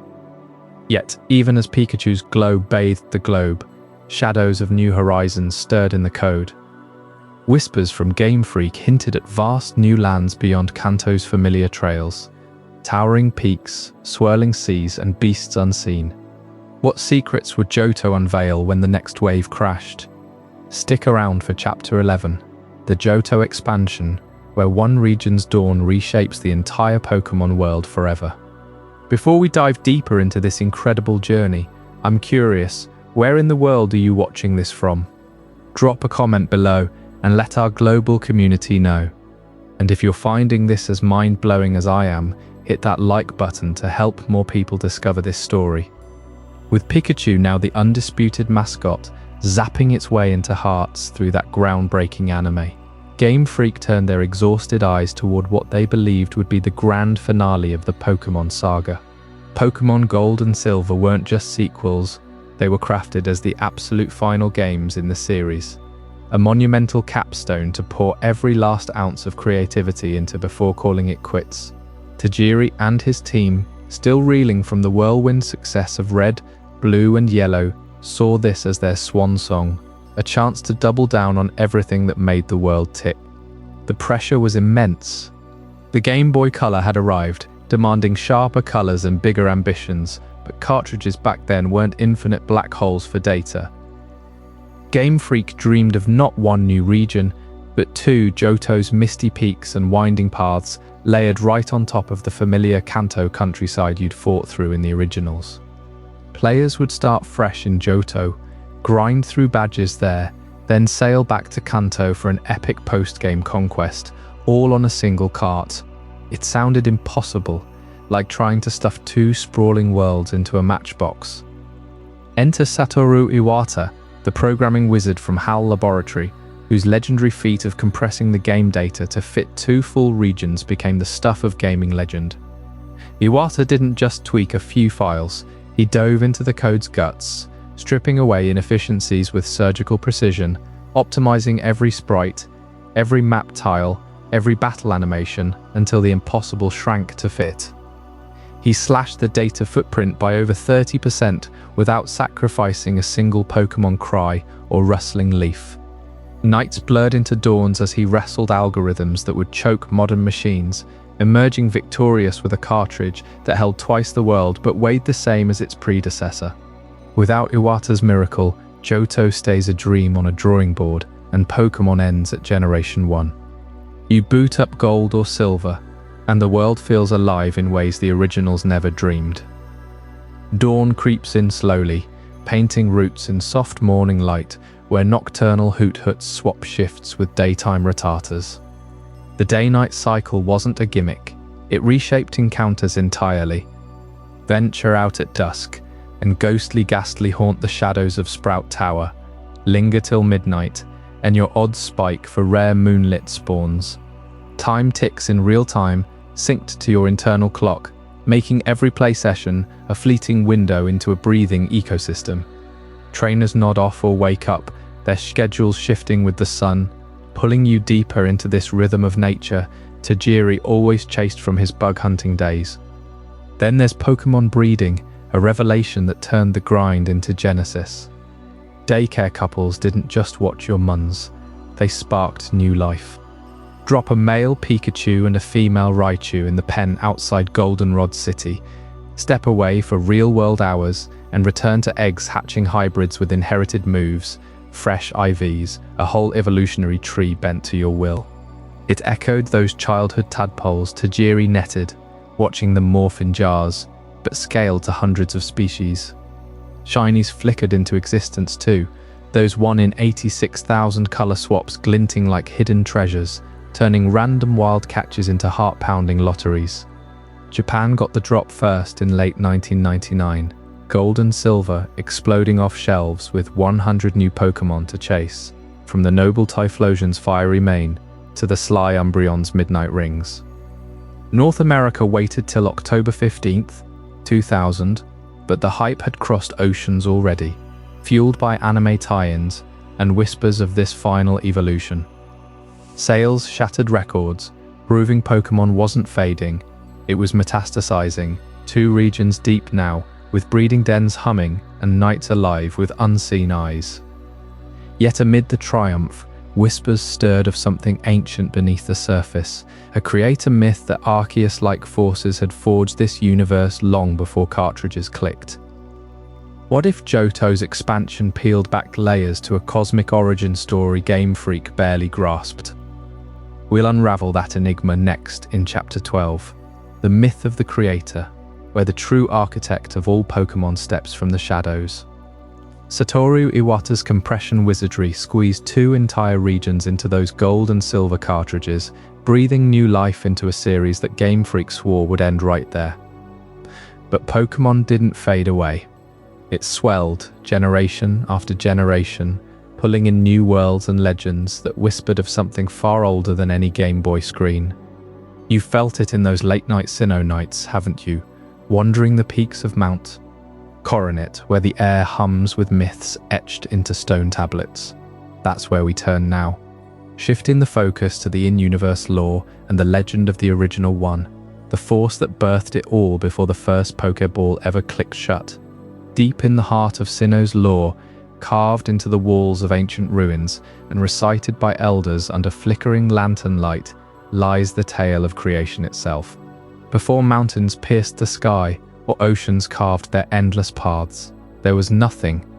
Not darkness, not light, but a vast, formless void, a nothingness so absolute it swallowed even the idea of emptiness. And right there, in the precise center of that abyss, an egg appeared. No explanation, no herald, just the egg, shimmering faintly, pulsing with the raw potential of everything that would ever be. That egg cradled the original one, Arceus, the alpha Pokémon, the architect of reality. When it hatched, chaos erupted in a symphony of light and shadow, plates of pure energy forging around its newborn form. 17 plates, each a shard of elemental truth. Fire, water, ground, they spun like cosmic gears, shaping the primal forces. Arceus didn't just emerge, it willed existence into being, its first acts a thunderclap against the silence. You can almost hear it, that crack of the shell echoing through the void, birthing not just a creature, but the framework for time, space, and the twisted realms beyond. From this cosmic birth of Arceus, from an egg in the center of nothingness sprang the pillars of the universe. Dialga forged from the platinum plate of steel, its roar bending moments into hours, days into eternities. Palkia, born of the sapphire pearl of water, stretched voids into dimensions, folding distance like paper. And Giratina, twisted from the rusty plate of ghost and dragon, banished to the distortion world for its violent hunger, a shadow to balance the light. Arceus shaped the earth next, Dialga and Palkia clashing in their newborn fury, until the Creator intervened, crafting the continents, the seas, the cradle of life where Pokémon and humans would one day roam. Lakes of origin dotted the land, guarded by lake guardians, Uxie for knowledge, Mesprit for emotion, Azelf for will, the trinity that sparked the human soul itself.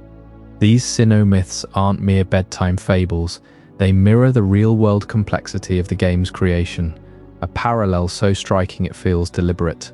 Think of Satoshi Tajiri, that kid in Machida chasing beetles through urban thickets, his hands sticky with tadpoles from murky streams. Out of his own nothingness, a suburban Tokyo void of wonder hatched the Pokémon dream in 1982, with Game Freak magazine as the fragile shell. 6 grueling years of development, Tajiri crashing for 12 hours after 24-hour coding marathons in his parents' home, financially adrift like a lost egg in chaos.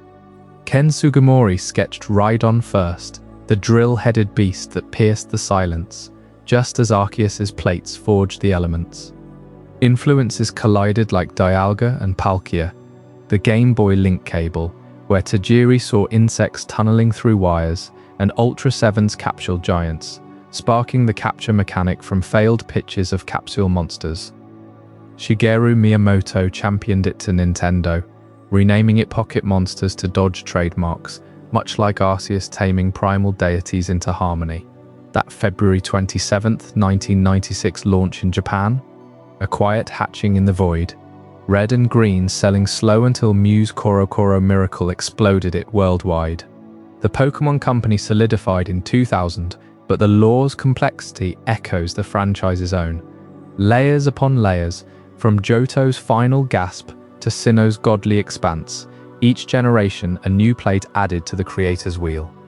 These myths remind us Pokémon didn't just evolve, it was forged in the same crucible of struggle and spark, a universe born from one determined egg in the endless nothing. And as Arceus's creations took form, those lords who command the very fabric of time and space, you'll want to stay drifting with me. Next, in Chapter 13, Lords of Time and Space, we unravel how Dialga, Palkia, and Giratina twisted the Pokémon cosmos into something eternal. From the heart of that cosmic egg, Arceus didn't just awaken alone. It forged the very scaffolding of existence, birthing two colossal enforcers to tame the chaos of a newborn universe. Dialga, the temporal Pokémon, emerged first, its steel-plated body echoing like the toll of an eternal clock. Forged from the raw essence of time itself, Dialga commands the flow of moments, stretching seconds into eternities, or compressing eons into fleeting breaths. Picture rivers of chronology pouring from its chest plate, each pulse dictating whether stars ignite or fade, whether a trainer's journey unfolds in days or drags across forgotten ages. Arceus entrusted Dialga with this dominion not out of whimsy, but necessity without a warden. Time would unravel, looping endlessly or shattering into irretrievable shards. Palkia arrived next, the spatial Pokémon, a towering behemoth of pearl and muscle that warps reality with every step. Its arms, capable of ripping holes in the fabric of space, hold the universe's dimensions in check, folding distances like origami and binding the infinite into something graspable. Legends whisper that Palkia's roar echoes across voids, pulling galaxies closer or hurling them into oblivion, ensuring the physical realm doesn't collapse under its own boundless potential. Together, Dialga and Palkia govern these intertwined dimensions, their powers interlocking like gears in a grand celestial machine. Arceus created them as siblings in purpose, equal yet opposed. One freezes the progression of all things, the other expands the canvas upon which it plays out. In the Sinnoh region's ancient myths, etched into temple walls and passed down by mystics, these lords stand as the pillars preventing the universe from dissolving back into the nothingness from which it sprang. But harmony demands balance, and from this duo's light emerged a shadow too volatile to contain. Giratina, the renegade Pokémon, twisted into being as the embodiment of antimatter, the dark mirror to the matter that forms every Pokémon, every world, every fleeting thought you hold. Vast and serpentine, its ghostly wings fracture light itself, trailing voids where reality frays at the edges. Giratina's nature rebelled against the ordered realms of time and space. Its antimatter essence threatened to annihilate them outright, sparking cataclysms that could erase existence in a blink. Arceus, seeing the peril, banished it not to oblivion, but to a prison realm crafted from its own chaotic fury, the Distortion World. This fractured dimension hangs parallel to our own, a labyrinth of inverted gravity, warped geometries, and perpetual twilight where up is down, left spirals into right, and time echoes backward in mocking loops. Giratina rules there as both king and captive, its roars seeping through dimensional tears, luring the bold or foolish into nightmarish wanderings. Antimatter, in this lore, isn't mere science, it's the universe's unspoken fury, the necessary counterforce that keeps creation from stagnating, forever lurking just beyond the veil. These aren't distant fairy tales whispered by elders around campfires. They pulse at the core of Pokémon Diamond and Pearl, released in 2007, where players first confront the fragility of their world. Cyrus, the cold visionary of Team Galactic, seeks to harness Dialga and Palkia, not for conquest, but to unmake reality itself, purging emotion to birth a perfect void. You chase them through Mount Coronet's jagged peaks, the air thick with ozone and dread, as space buckles and time stutters around crumbling ledges. Platinum deepens the abyss, unveiling Giratina's domain in all its disorienting horror. Platforms flipping mid-air, shadows bleeding into color, a boss battle where every move defies your instincts. This is Generation 4's masterstroke, elevating Satoshi Tajiri's humble bug-collecting roots into god-tier mythology. What began as a child's joy in netting beetles on Tokyo trails evolved into sagas of deities clashing across infinities, where catching a Caterpie feels quaint against summoning the lords who dictate if tomorrow dawns at all. Sinnoh's lore weaves these titans into every fibre of its land, from the jagged spear pillar piercing the heavens, site of their summoning rituals, to the embedded plates Arceus scattered, keys to unlocking their primal fury. Dialga's diamond-crusted crest gleams like frozen moments. Palkia's opalescent scales shimmer with spatial mirages, and Giratina's golden veins pulse with otherworldly menace. Players don't just battle them, they glimpse the terror of imbalance as uncontrolled time floods rivers backward or space swallows entire towns. This shift marks Pokémon's maturation, from pocket-sized adventures to philosophical epics probing creation's underbelly. Bug nets gave way to myth-shattering orbs, simple trades across Game Boy cables now echoing interdimensional rifts. Tajiri's insects crawled into legend, morphing into forces that bend existence, reminding us that even the smallest spark can ignite universes. Yet these lords' stories ripple outward, hinting at fiercer elemental wars brewing in sunnier climes. As Dialga's grip on chronology tightens, and Giratina's antimatter stirs in exile, the stage sets for the Hoenn climate war, a primal clash of land, sea and sky that threatens to drown or scorch the world anew. What cataclysmic forces could rival time and space themselves? With the chaos of antimatter sealed away in Giratina's eternal exile, Arceus sought to forge balance on a more tangible scale, birthing two colossal titans to sculpt the cradle of life itself: Rhydon, the embodiment of raw, expanding earth, and Kyogre, the relentless surge of primordial oceans. These weren't mere guardians, they were forces of nature unbound, primal instincts clashing in a cataclysmic struggle that would define the Hoenn region's scarred history. Picture the world in its infancy, a vast molten haze where continents hadn't yet clawed their way from the depths. Rhydon erupted first, its crimson hide cracking open like fissures in volcanic crust, every step heaving up mountains from the magma's fury. It craved dominance, sunlight fueling its insatiable hunger to broaden the land, drying seabeds into sprawling badlands where life could root and thrive. But Kyogre answered from the abyss, a leviathan of sapphire scales and whale-like majesty, summoning endless deluges that swallowed shorelines whole. Its drizzle ability called forth storms that blotted the skies, expanding the seas until the earth groaned under the weight of unrelenting waves. Their war wasn't some distant myth whispered in dusty tomes. It raged across Hoenn's archipelago, a chain of tropical isles born from their fury. Lava rivers from Rhydon's drought scorched the waves into steam, while Kyogre's downpours flooded volcanoes into smouldering craters. The skies split between blistering heat and torrential gloom, ecosystems twisting in the crossfire, coral reefs bleaching under solar flares, forests petrifying into stone amid flash floods.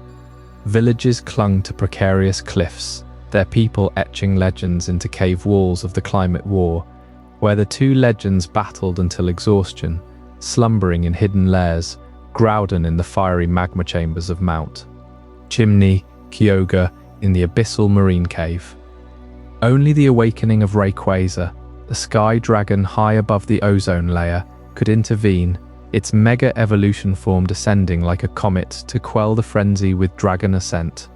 This lore pulsed at the heart of Pokémon Ruby and Sapphire, the third-generation titles that launched Hoenn into existence on November 21st, 2002, in Japan. Gone were the pixelated greens of Kanto and Johto.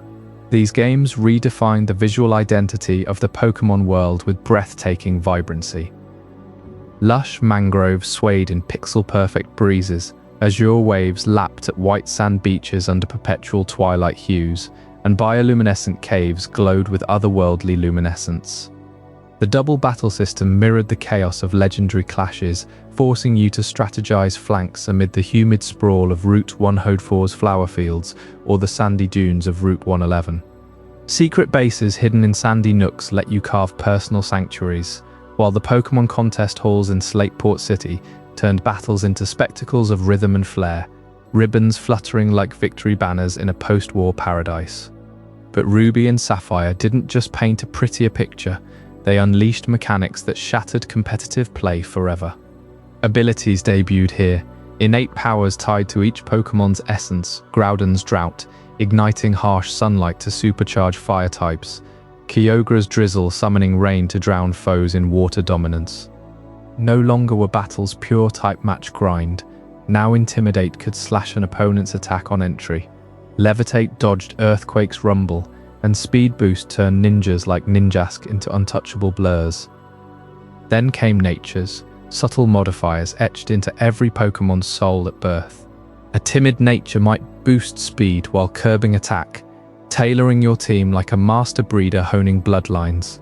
Competitive ladders exploded with metagame depth, players scouring for adamant Charizards or modest Swampert, EVs distributed like rations in a siege, breeding chains spanning days for that perfect IV spread. You could feel the revolution in every tournament stream, where rain dance teams drowned the field under Kyogre's shadow, only for Sandstream Tyranitar to bury them in grit. Hoenn's 135 new Pokémon, from the serpentine Milotic gliding through currents, to the explosive Claydol unearthed from ancient ruins, flooded the pool with options that demanded adaptation. The Battle Frontier in Emerald, the definitive third-gen capstone released 3 years later, tested these innovations in brain-melting facilities. The Battle Tower's endless climbs, the Pyramid's dark gambles, the Palace's luck-fueled whims. It was here that strategies calcified into orthodoxy, natures and abilities the new alchemy turning common Treco into juggernauts. Yet beneath the triumph lingered Hoenn's fragile peace, the land still bearing scars from that ancient climate war, crumbling meteor craters where Deoxys twisted reality, or the Sky Pillar's ruins awaiting Rayquaza's return. As Game Freak pushed these boundaries, eyes turned westward to a fresh horizon, where ideals clashed with truths in a bold reinvention. Next time in Chapter 15, the Unova soft reboot, discover how a new region dared to question everything Pokémon stood for, erasing shadows of the past to ignite a firestorm of controversy that nearly fractured the world. Stick around, because what they stripped away will leave you rethinking every badge you've ever earned. As the dust settled from Rhydon and Kyogre's cataclysmic clash in Hoenn, where abilities and natures forever altered how trainers forged unbreakable bonds with their partners, Game Freak faced a crossroads. The world of Pokémon had grown vast, teeming with hundreds of species across 4 regions, but something felt stagnant. Sales were strong, yet whispers in the development rooms hinted at fatigue. What if they stripped it all away? What if the next chapter demanded players start truly from scratch? Enter Unova, a region that pulsed with the rhythm of a sleepless metropolis. Picture towering steel spires, piercing foggy skies, rivers carving through concrete canyons, and bridges humming with the distant roar of elevated trains. This wasn't the sleepy hamlets of Kanto or the misty peaks of Johto. Unova drew straight from the veins of New York City, its creators channeling the grit of Manhattan's grid into Castelia City, where honey-scented winds whipped between skyscrapers, and trainers from every corner of the globe rubbed shoulders on bustling piers. Pinwheel Forest whispered secrets amid urban sprawl, while Driftvale's drawbridge groaned open like the gates to a new world order. This New York-inspired heartbeat signaled something profound. Pokémon was shedding its Japanese roots, embracing a global tapestry. Trainers here hailed from distant lands, their accents mingling in markets, their Pokémon reflecting cultures far beyond the archipelago. It was a declaration that the adventure belonged to everyone, everywhere, pushing the series toward horizons as wide as the East River at dawn. But the real revolution simmered beneath that skyline. Black and White, released in September of 2010 for the Nintendo DS, dared the unthinkable. Every single Pokémon from the previous 4 generations, those faithful Pikachu, loyal Charizards, ancient legendaries, vanished from the main game, locked away until the post-game credits rolled. You stepped into Unova with a blank Pokédex, encountering only 156 brand new creatures, each one a fresh mystery unfolding in tall grass that swayed under halogen streetlights or caves echoing with subway rumbles. No crutches, no nostalgia, just you, a starter like Snivy, with its sly emerald gaze or Tepig's warm flickering embers, against a region designed to feel like your very first Pokémon journey all over again. Why this audacity? Game Freak wanted purity. Director Junichi Masuda later revealed they craved that wide-eyed wonder of 1996, when Red and Green forced players to discover every Bulbasaur footprint without spoilers or trades. Unova's wilds brimmed with innovation. The sleek lines of Lillipup evolving into the armored Stoutland, the ethereal glow of Gothita's psychic pulses in moonlit alleys, or the thunderous charge of Tynamo School's lighting up power plants. Battles felt electric, unburdened by meta strats built on decades of old favorites. Competitive scenes buzzed anew as players dissected abilities like Turbo Blaze on Reshiram, slicing through immunities like a hot knife through fog. It was a soft reboot, risky as hell. Fans rioted online, decrying the Pokémon apartheid, but it worked. Sales soared past 14 million copies combined, proving freshness trumped familiarity. Yet Unova's soul lay in its story, a philosophical gut punch that forced you to question every Pokéball toss. At its heart slithered Team Plasma, cloaked figures preaching liberation from the chains of training. Their king, Getsis, boomed sermons from atop blizzarding peaks, decrying humans as tyrants who enslaved noble beasts for glory. But peel back the robes, and their gospel twisted into something sinister. Enter N, the rival whose emerald eyes pierced your own ideals. He didn't just battle, he communed. Pokémon flocked to him, drawn by a voice that heard their unspoken dreams, the flap of Pidove wings carrying tales of freedom, the loyal bark of Herdia echoing bonds unbroken by balls.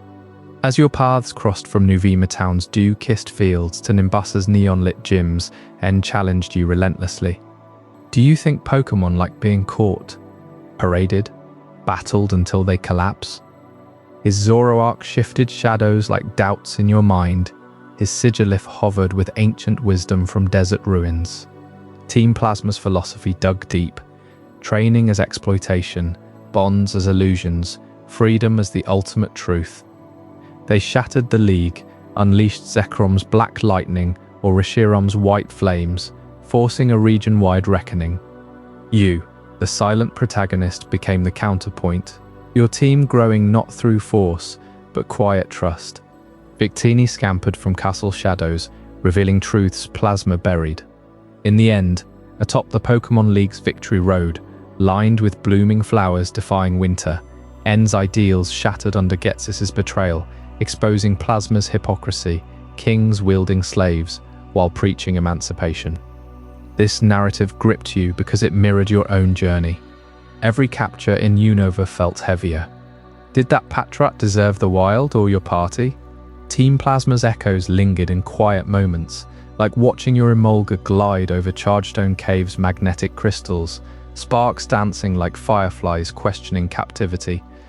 It elevated Pokémon beyond collecting into ethics, empathy, philosophy. Critics hailed it as the series' boldest script, rivaling Metal Gear's monologues, while players debated forums into dawn. Are we heroes or captors? Unova didn't just reboot the roster, it rebooted the heart. Its global sprawl, from the sandy dunes of Desert Resort hiding Volcarona's fiery rebirth, to the frozen crown of Twist Mountain birthing Cryogonal's icy fractals, invited the world in. Trainers like Berg painted murals in Castilia's galleries. Alessa lit stadiums with electric fashion shows, and Skylar soared on stormy wings, each gym leader a cultural mosaic. Post-game, the floodgates opened. 490 old Pokémon poured in via the Poké Transfer Lab, blending eras in a true worldwide league. But that main quest, pure, unadulterated reinvention. And as Unova's ideals settled into legend, the series yearned for visual evolution, a leap that would shatter screens forever. Next time in Chapter 16, the transition to 3 dimensions, you'll witness how polygons breathed life into these worlds like never before. Prepare to see chaos in ways that still haunt dreams. As Unova's trainers grappled with the shadows of doubt cast by Team Plasma, questioning whether Pokémon were mere tools or true companions, the world of Pokémon itself shattered its flat boundaries and burst into 3 dimensions. Pokémon X and Y arrived on the Nintendo 3DS in 2013, marking the series' audacious plunge into full 3-dimensional glory, a technical leap that redefined how you explored, battled, and bonded with these creatures. Picture the glow of that handheld screen, the glasses slipping over your eyes to unlock stereoscopic depth, the first Pokémon games built from the ground up in 3D. No more pixelated sprites shuffling across 2-dimensional planes. Every Pokémon now stood as a fully modelled entity, rotating with lifelike weight in battle, their scales shimmering, feathers ruffling in the digital breeze. Lumiose City rose before you like a luminous Eiffel Tower homage, its towering prism tower piercing a sky that felt vast and alive, streets bustling with NPCs who moved with fluid grace instead of rigid steps. The overworld warped into rolling hills of Kalos, where you roller skated across vast plains under perpetual twilight hues, encountering hordes of wild Pokémon swarming in frenzied packs, a mechanic born from this newfound spatial freedom. Battles exploded with spectacle, attacks arcing through the air in true 3-dimensional trajectories, mega evolutions pulsing with otherworldly energy that the 3DS hardware rendered in glassy, refracting light. Game Freak harnessed the system's dual screens and gyroscopic tilt for seamless navigation. Player characters striding through environments modeled with intricate detail, flowers swaying in wind currents you could almost feel, distant mountains casting realistic shadows at dusk. This wasn't incremental polish, it was a revolution, compressing an entire open-feeling world onto a portable device, bridging the gap between handheld intimacy and console-scale immersion, all while maintaining the core loop that had hooked millions. Yet amid this visual splendor, Kalos whispered ancient secrets through its elegant cafes and shadowed ruins, secrets that Mega Evolution unearthed from the region's buried past. You first witnessed it in those heated gym battles or rival clashes.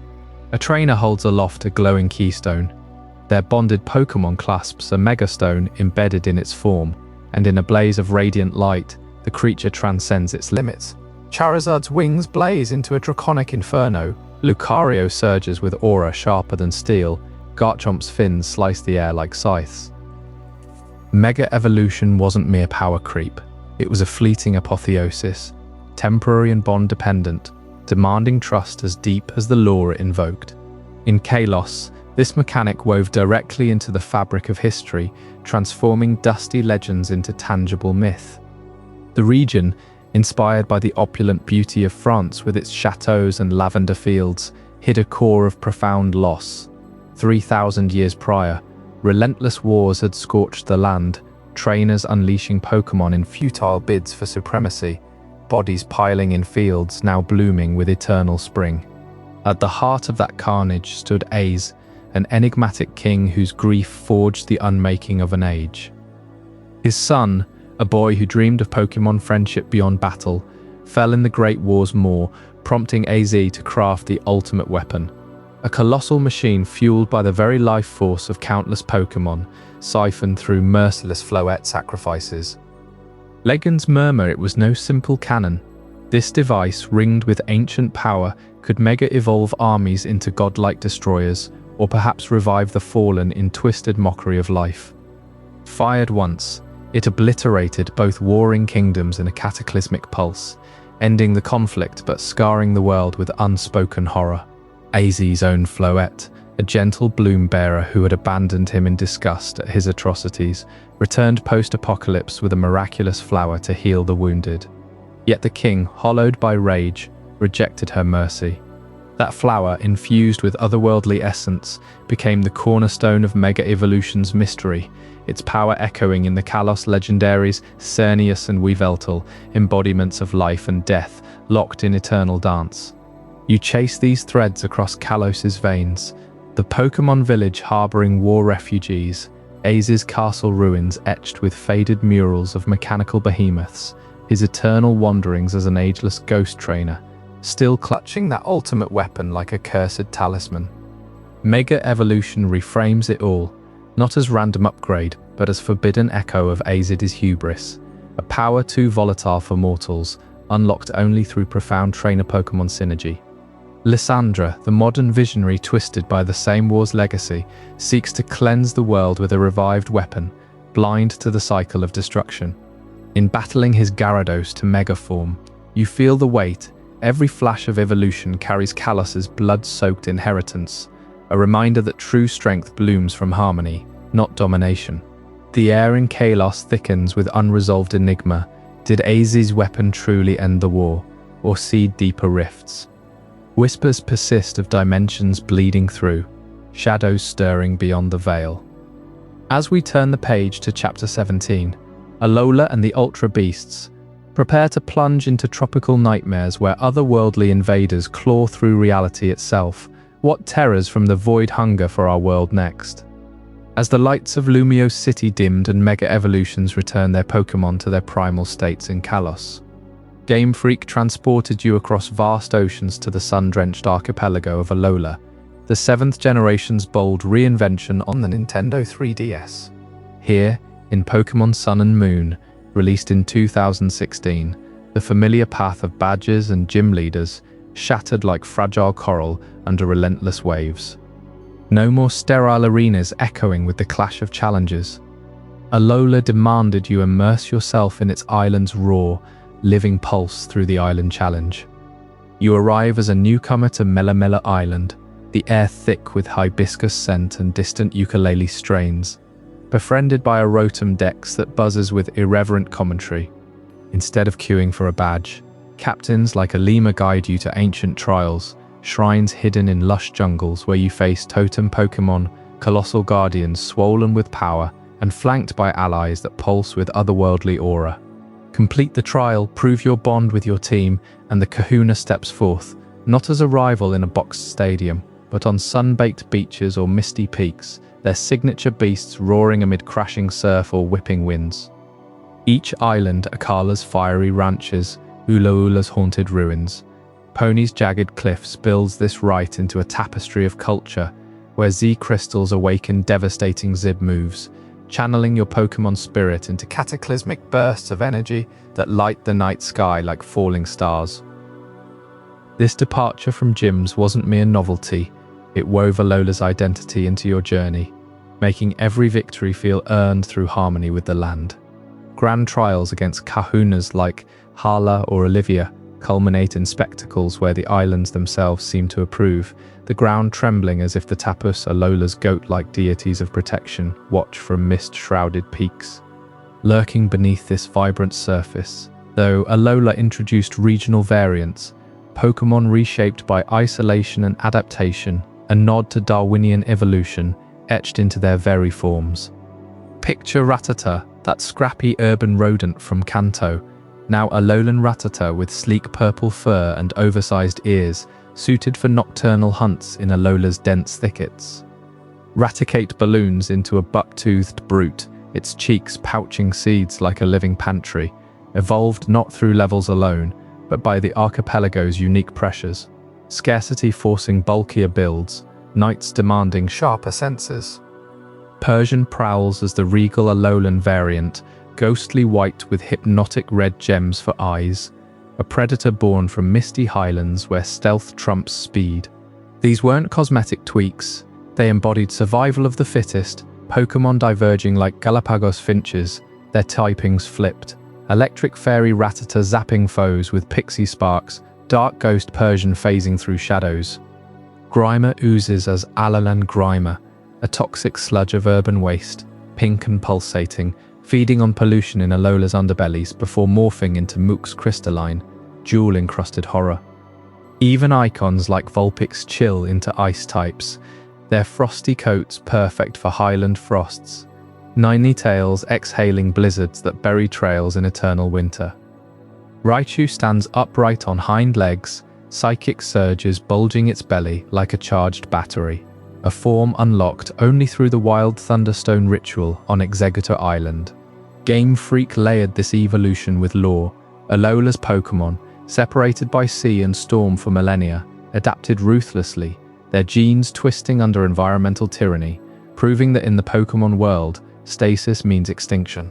Yet, Alola's deepest shadows pierced the veil between worlds, unleashing cosmic horror through ultra wormholes, rifts in reality swirling with iridescent voids, birthing the ultra beasts. These weren't mere legendaries. They were invaders from ultra space, dimensions of alien geometry where physics bends like wet paper. Nihilego drifts first, a jellyfish abomination with tentacles that ensnare minds, its neurotoxins puppeteering Luzamine, the Aether Foundation's enigmatic president, into obsession. She breaches the wormholes in a bid for godhood, her blonde hair framing eyes hollowed by otherworldly hunger.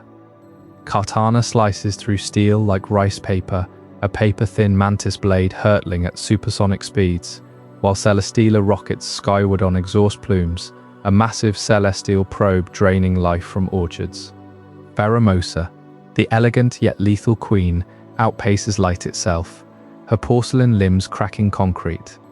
Buzzwole pumps ironclad fists, a mosquito gorilla hybrid swollen with stolen vitality, veins throbbing purple. Circuitry snakes through shadows as living circuitry, tendrils sparking eldritch lightning from a core of impossible energy. Guzzlord rampages as the gluttonous maw, a kaiju-sized gullet devouring cities, its black hole belly regurgitating wreckage. Poipole hatches innocent, but evolves into Naganadel, a poison dragon stinger unleashing viral plagues. These beasts evoke dread from beyond Lovecraftian entities, warping trainers' psyches, wormholes hemorrhaging, ultra-megalopolises decayed spires into Alola's skies. You chase them through rifts, the air humming with static and whispers, emerging in fractured megastructures patrolled by Necrozma. The prism dragon fractured and famished, absorbing Solgaleo or Lunala to reclaim its blinding light. Alola's trials culminate not in victory parades, but in sealing these breaches, the Tapas's rings clashing against interdimensional chaos, leaving you to ponder the fragility of your world. As Alola's wormholes seal and its adaptive beasts reclaim the wilds, the Pokémon saga steams toward Galar's industrial revolution, where factories belch smoke and ancient engines awaken titanic forces long buried in slag heaps. What mechanical monstrosities await in those rusted heartlands?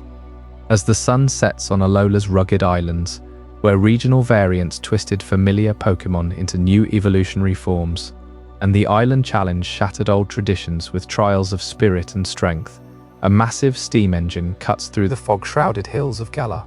This 8th generation plunges you into a world of iron and ambition, where factories thrum with relentless power and colossal arenas echo with the thunder of giants. Galar sprawls like a living machine, its landscape a breathtaking fusion of emerald countryside and soot-blackened cities. Rolling moors stretch under skies heavy with coal smoke, while grand locomotives snake through valleys dotted with ancient stone walls. Picture the spires of Rhydon, rising like a steel crown, its streets alive with the clamour of markets and the distant hoot of factory whistles.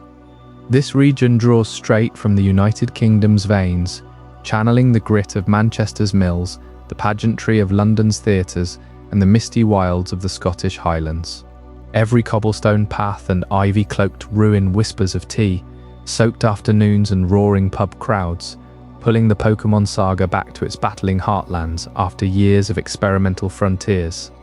Here, the gym challenge evolves into something monumental, a nationwide league broadcast to millions.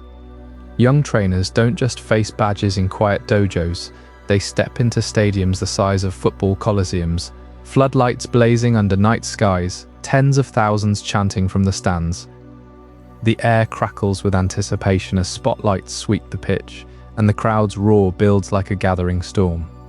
It's football fever fused with Pokémon fury, where gym leaders like the Fiery Bee or the Icy Melanie command teams with the precision of Star Strikers, each match a high-stakes spectacle that grips the entire region. But the true revolution ignites in the heart of these arenas, with Dynamaxing. Deep beneath Galar's surface lie ancient power spots, reservoirs of boundless energy pulsing like the land's very heartbeat. When a Pokémon channels this force during battle, it surges skyward, ballooning to the height of tower blocks, its body glowing with crimson aura. A Pikachu swells into a behemoth crackling with storm clouds for cheeks, hurling max electric that rains lightning across the field. Corviknight morphs into a winged fortress blotting out the stars, unleashing max airstream gales that shred the turf. These aren't mere size shifts. Dynamax unleashes max moves, hypercharged attacks that shift weather, boost allies, or carve craters in the stadium floor. The ground quakes, barriers flicker to contain the chaos, and spectators grip their seats as these titans clash in slow-motion fury, every impact reverberating through bone and stone. Dynamaxing turns battles into mythic showdowns, where strategy dances with raw spectacle, demanding you time your 6-turn window perfectly amid the deafening cheers. This industrial blaze wasn't born in peace. Galar's power stems from a cataclysm buried in its legends, the Darkest Day. Millennia ago, a meteor scorched across the heavens, slamming into the earth and unleashing Eternatus, a serpentine nightmare of toxic crimson scales and infinite energy. Its arrival warped reality itself, flooding the land with Dynamax energy gone wild. Pokémon everywhere grew monstrously out of control, rampaging in eternal darkness as skies turned black and rivers boiled with poison. Villages crumbled under the weight of colossal foes, and hope flickered like a dying ember. From the shadows rose 2 legendary wolves, siblings forged in the fires of destiny, Zacian and Zamazenta. Zacian, the radiant warrior with fur like burnished silver and eyes fierce as a queen's command, wields the rusted sword in her jaws, transforming into a blade-wielding knight of unparalleled speed and slashing fury. Zamazenta, her steadfast brother armored in rusted shield plates, channels unyielding defense, curling into a fortress that absorbs cataclysms and retaliates with earth-shaking force. Guided by the ancient king of Galar, they charged into the abyss, their forms empowered by the land's primal rage. Sword met poison fang, shield bashed writhing coils, until the heroes pierced Eternatus's core, sealing it deep underground in a tomb of stone and forgotten oaths. The Darkest Day ended, but its energy lingered in those power spots, a double-edged gift that fuels Galar's stadiums to this day. Zacian and Zamazenta vanished into slumber within the slumbering Weald, their rusting relics waiting for a new crisis, whispering that heroes awaken when the world trembles once more. Chairman Rose, Galar's visionary industrialist with his golden mane and unquenchable ambition, unknowingly echoes that ancient peril. Driven to secure endless energy for a booming future, he excavates Eternatus, triggering echoes of the Darkest Day. You, the challenger, stand at the epicenter as the wolf legends stir, their howls cutting through the chaos, proving that Galar's glittering progress rests on legends etched in blood and rust. This UK homage runs deeper than aesthetics. It marks the franchise's triumphant return to its roots.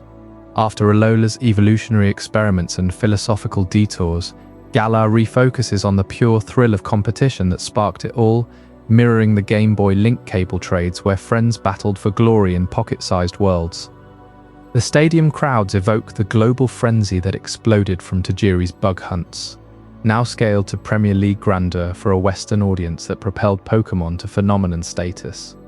Factories symbolize Game Freak's own industrial grind, from fanzine origins to a multimedia empire, while misty fields nod to those childhood collecting grounds in Mechida.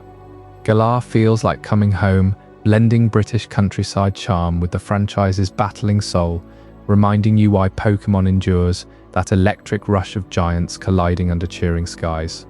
Yet shadows of older legends loom larger still.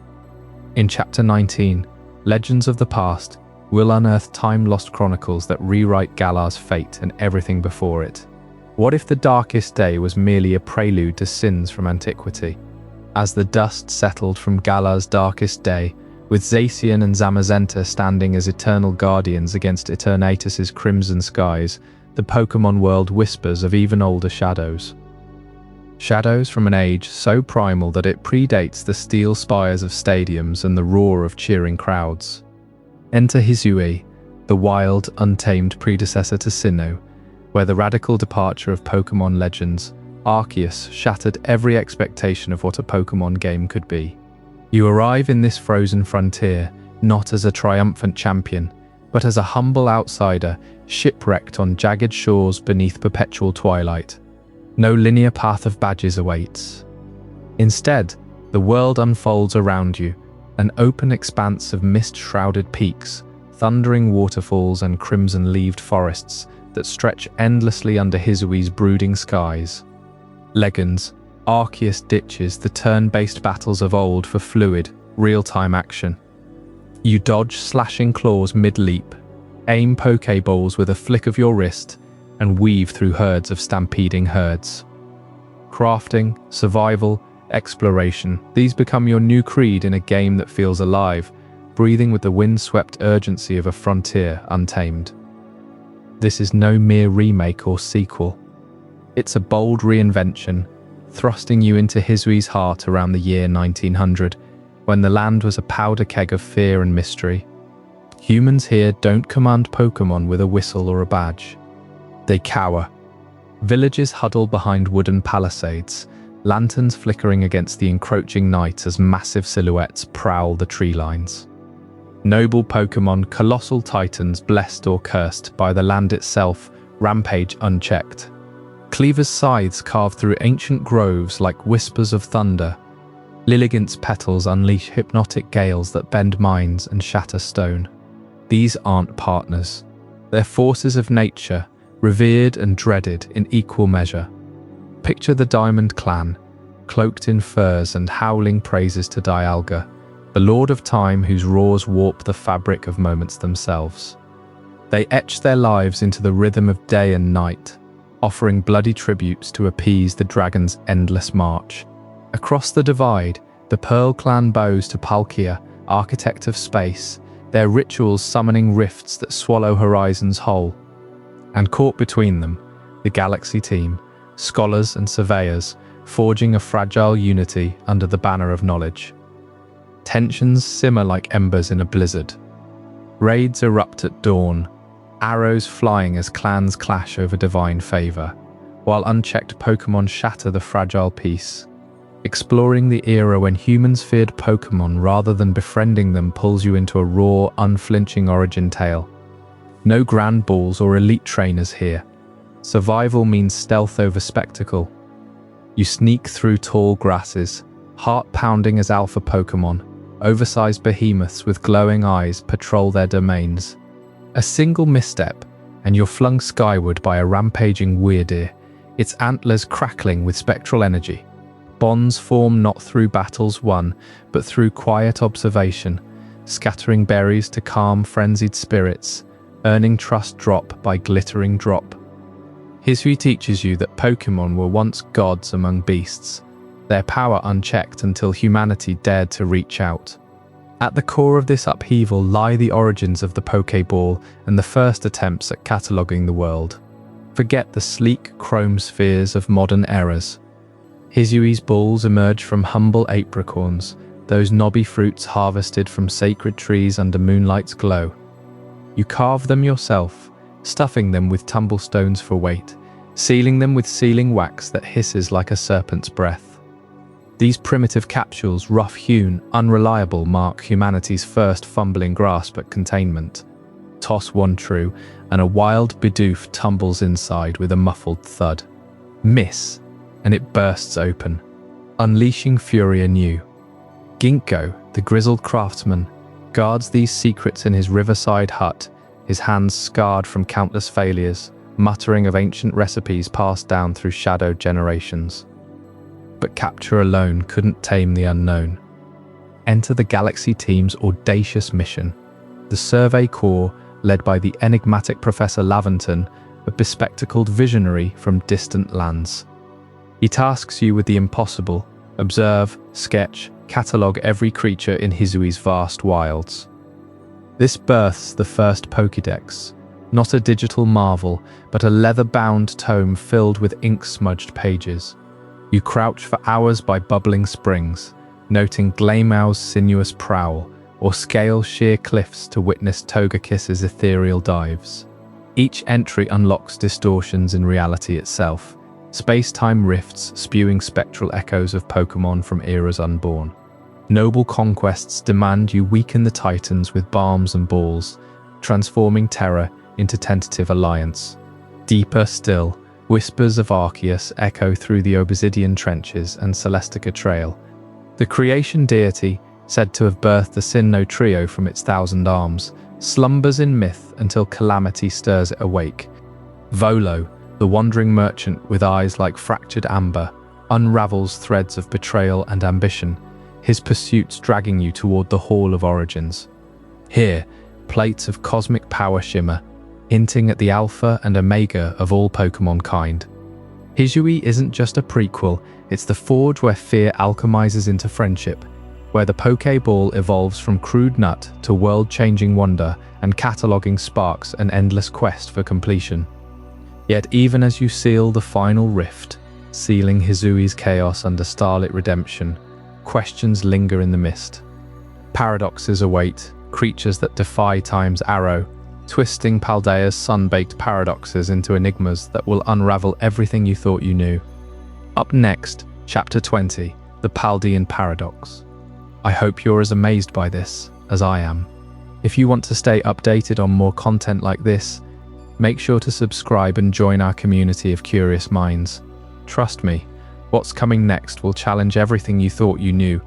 As the echoes of Hisui's primal clashes faded, where humans once trembled before noble Pokémon like the Lords of the Lake, the world of Pokémon hurtled forward into an era of unbridled freedom. Pokémon Scarlet and Violet shattered every boundary you'd known, unleashing Paldea as a sprawling open world that begged you to roam without restraint. No more invisible walls or scripted paths. Here you could scale jagged cliffs under a relentless Iberian sun, dive into azure coves teeming with Wingull, or weave through olive groves where Lechonk grazed lazily. The region's 5 biomes unfolded like a living tapestry. Arid deserts whispering forgotten curses, misty highlands alive with spectral howls, and volcanic badlands where the earth itself seemed to breathe fire. You chased horizons on your Rhydon or Rhydon mount, gliding over canyons or surfing waves, the wind whipping through your hair as the soundtrack of distant cries pulled you deeper into this boundless playground. But Paldea's true revolution lay in the terrestrial phenomenon, a spectacle that turned battles into prismatic displays of raw potential. Imagine a Pokémon shimmering, its body erupting in crystalline facets as it terrestrializes, adopting a new type entirely, your faithful Quaxly suddenly wielding the fury of a dragon, or a Tinkaton crystallizing into pure fairy defiance.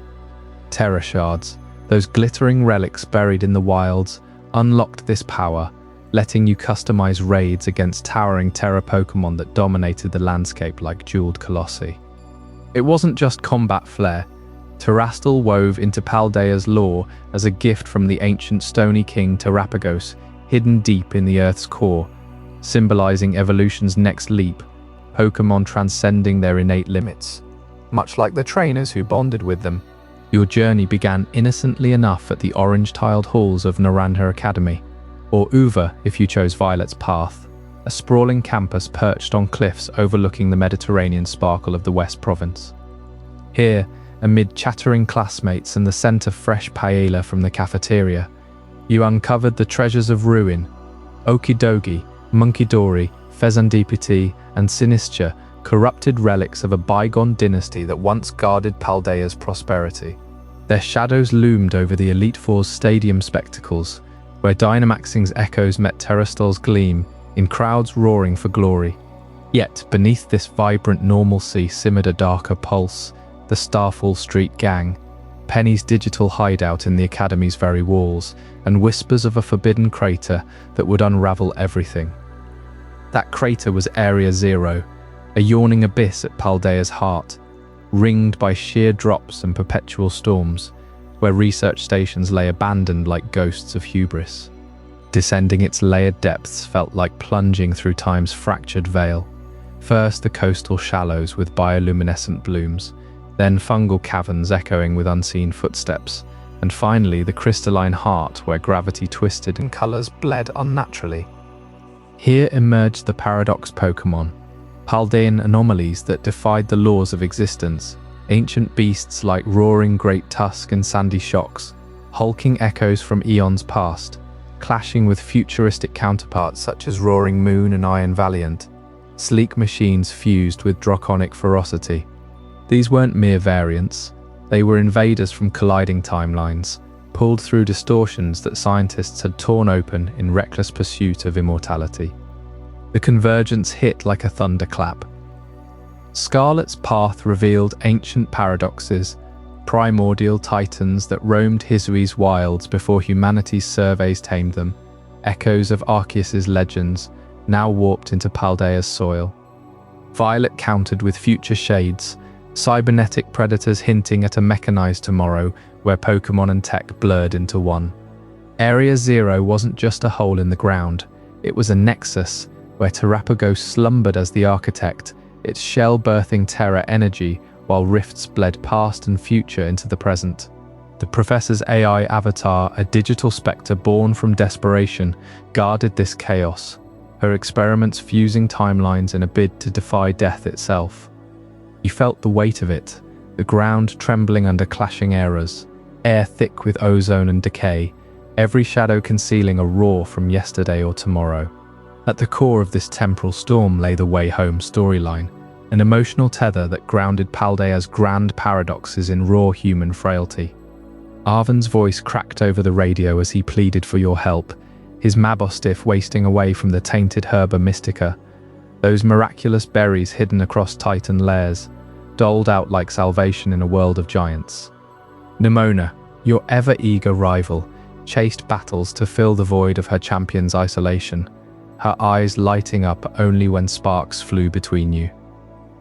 Penny, the hooded genius behind Team Star, confessed her online facade masked a lonely heart, orphaned by expectations. Together, you weren't just unraveling Area Zero's secrets, you were forging a family amid the ruins, herba by herba, raid by raid. The climax tore at you, confronting the professor's monstrous evolution, her body a grotesque fusion of flesh and crystal, only to witness her final act of mercy, uploading her consciousness to guide you home. Tears blurred the screen as credits rolled, not on triumph, but on bonds unbreakable, echoing through Paldea's lore as a reminder that true power blooms from vulnerability. This paradox reshaped modern Pokémon mythology forever. Area Zero's rifts linked Hisui's ancient surveys to Paldea's present, suggesting time itself loops under Arceus's gaze, with paradoxes as harbingers of cycles yet to close. Terrastal's crystals pulsed with the same energy that warped timelines, hinting at evolutions unbound by nature's rigid chains. The Way Home didn't just end a game, it humanized the gods, making legends feel achingly personal, their impacts rippling into every region you've ever walked. And as Paldea's crystals fade into twilight, the true mechanics behind these transformations await. Join me next for Chapter 21, The Science of Evolution, where we'll dissect the hidden forces driving Pokémon's endless metamorphosis, secrets that even Terrapagos couldn't contain. As the timelines twist and tangle in Area Zero, ancient paradox Pokémon emerge, their forms echoing evolutionary paths that branched millions of years ago, challenging everything we thought we knew about how these creatures adapt and transform. Over 1,000 species now roam the Pokémon world, each one a meticulously crafted nod to the natural kingdom around us, drawing from the raw biology of Earth's own wildlife. Consider the humble Caterpie, that green lava munching on leaves in the forests of Kanto. Tajiri and his team pulled straight from the world of insects, where real caterpillars like the monarch or swallowtail gorge on foliage, swelling their bodies before spinning silk cocoons. Game Freak's designers pored over field guides and documentaries, sketching appendages that mimic thoracic legs and prolegs. Even the osmeterium, a fleshy fork reel caterpillars, ever to spew foul chemicals when threatened. Metapod's hardened shell, a direct lift from the chitinous pupa stage, impenetrable to predators, vibrating with the subtle twitches of metamorphosis beneath. And Butterfree's wings, dusted with iridescent scales that release debilitating powder, evoke the lepidopteran reality, where adults scatter pheromones to dazzle mates across meadows at dusk. This pattern repeats across the roster. Squirtle's shell draws from the box turtle's hinged plastron, retractable for defense, while its water jets mimic the high-pressure squirts of archerfish hunting insects from river surfaces. Pikachu's cheeks store electricity like the electric eel's organ, stacked with electrocytes that fire in unison, a bioelectric cascade Game Freak amplified into thunderbolts. Even the birds soar with authenticity. Pidgey's flocking behavior mirrors starlings murmuring in murmurations, twisting through skies to evade hawks, while Fearo's hooked beak and sharp talons channel the secretary bird's ground-stalking precision, stomping serpents with calculated force. Venturing deeper, marine life fuels the seas. Octillery's ink blasts and siphons replicate the common octopus, changing colors via chromatophores to vanish against coral reefs, tentacles regenerating after battles like their real counterparts in tide pools. The fossil Pokémon resurrect ancient lineages. Omanite's spiral shell from ammonites that once drifted Paleozoic oceans, buoyant with gas-filled chambers, propelled by jet propulsion through murky depths. Kabutop's scythed limbs evoke the Eurypterid sea scorpions, armored predators, slicing trilobites in Cambrian shallows, their compound eyes glinting under primordial suns. Plants twist into ambulatory forms too, like Bellsprout's pitcher traps inspired by Nepenthe's carnivorous pitchers, luring bugs with nectar before acidic digestion. Oddish burrows by day, emerging nocturnal like certain nightshade relatives, roots drinking dew under moonlight. And the fungi? Parasec's mycelial takeover of a host cicada shell mirrors cordyceps fungi hijacking ants, marching them to spore-spreading perches, before bursting forth, a grim biological horror softened into a loyal companion. Yet for every grounded root in biology, Game Freak weaves in fantastical flourishes. Legendaries like Rayquaza coil through ozone layers, their delta wings stabilizing atmospheres in ways no earthly reptile could, blending serpent anatomy with mythical sky guardians. Mythical Pokémon such as Mewtwo fuse primate agility with psychic prowess, their cells engineered in labs echoing real CRISPR experiments, but exploding into godlike telekinesis. This brings us to the heart of Pokémon's evolutionary engine, the stark distinction between real-world evolution and the instantaneous metamorphosis pulsing through the games. In nature, evolution unfolds across eons, a relentless sieve of natural selection where advantageous traits, like the peppered moth's darkening during England's industrial grime, spread through populations via gene pools, mutations, and genetic drift. Girafarig's dual heads might hint at symbiotic evolution, one brain riding another's body, but true change demands generations, beak shapes finching on Darwin's Galapagos, driven by scarce seeds and survival's grind. In Pokémon, though, evolution erupts in moments. A stone cracks against Eevee's flank, and it warps into Vaporeon's sleek, aquatic form, scales glistening like a mutated mustelid merging with eel genes. Level up, and Magikarp thrashes into Gyarados, a carp's latent rage uncoiling into serpentine fury, a biblical flood serpent born from stagnation. This isn't Darwinian gradualism, it's metamorphosis akin to the insect's radical remake. Tadpole to frog, chrysalis to butterfly, hormones surge, tissues dissolve in imaginal soups, reassembling into wings and legs. A Game Freak captures that liminal magic where a Pokémon retreats into its shell or glows ethereal, emerging reborn, but accelerates it beyond biology's patience. No generational wait, no fossil record, just trainer bonds catalyzing the shift, friendship XP as the spark. Game Freak masterfully balances this scientific realism with fantasy elements, grounding designs in anatomical accuracy while unleashing impossible leaps. Real evolutions inspire the prerequisites. Geodude's rocky hide from Lithophagus limpets boring into stone, but its levitation defies gravity. They consult biologists, etymologists, even paleontologists. Rhyperia's drill horns from drill worms burrowing seabeds, yet it summons earthquakes.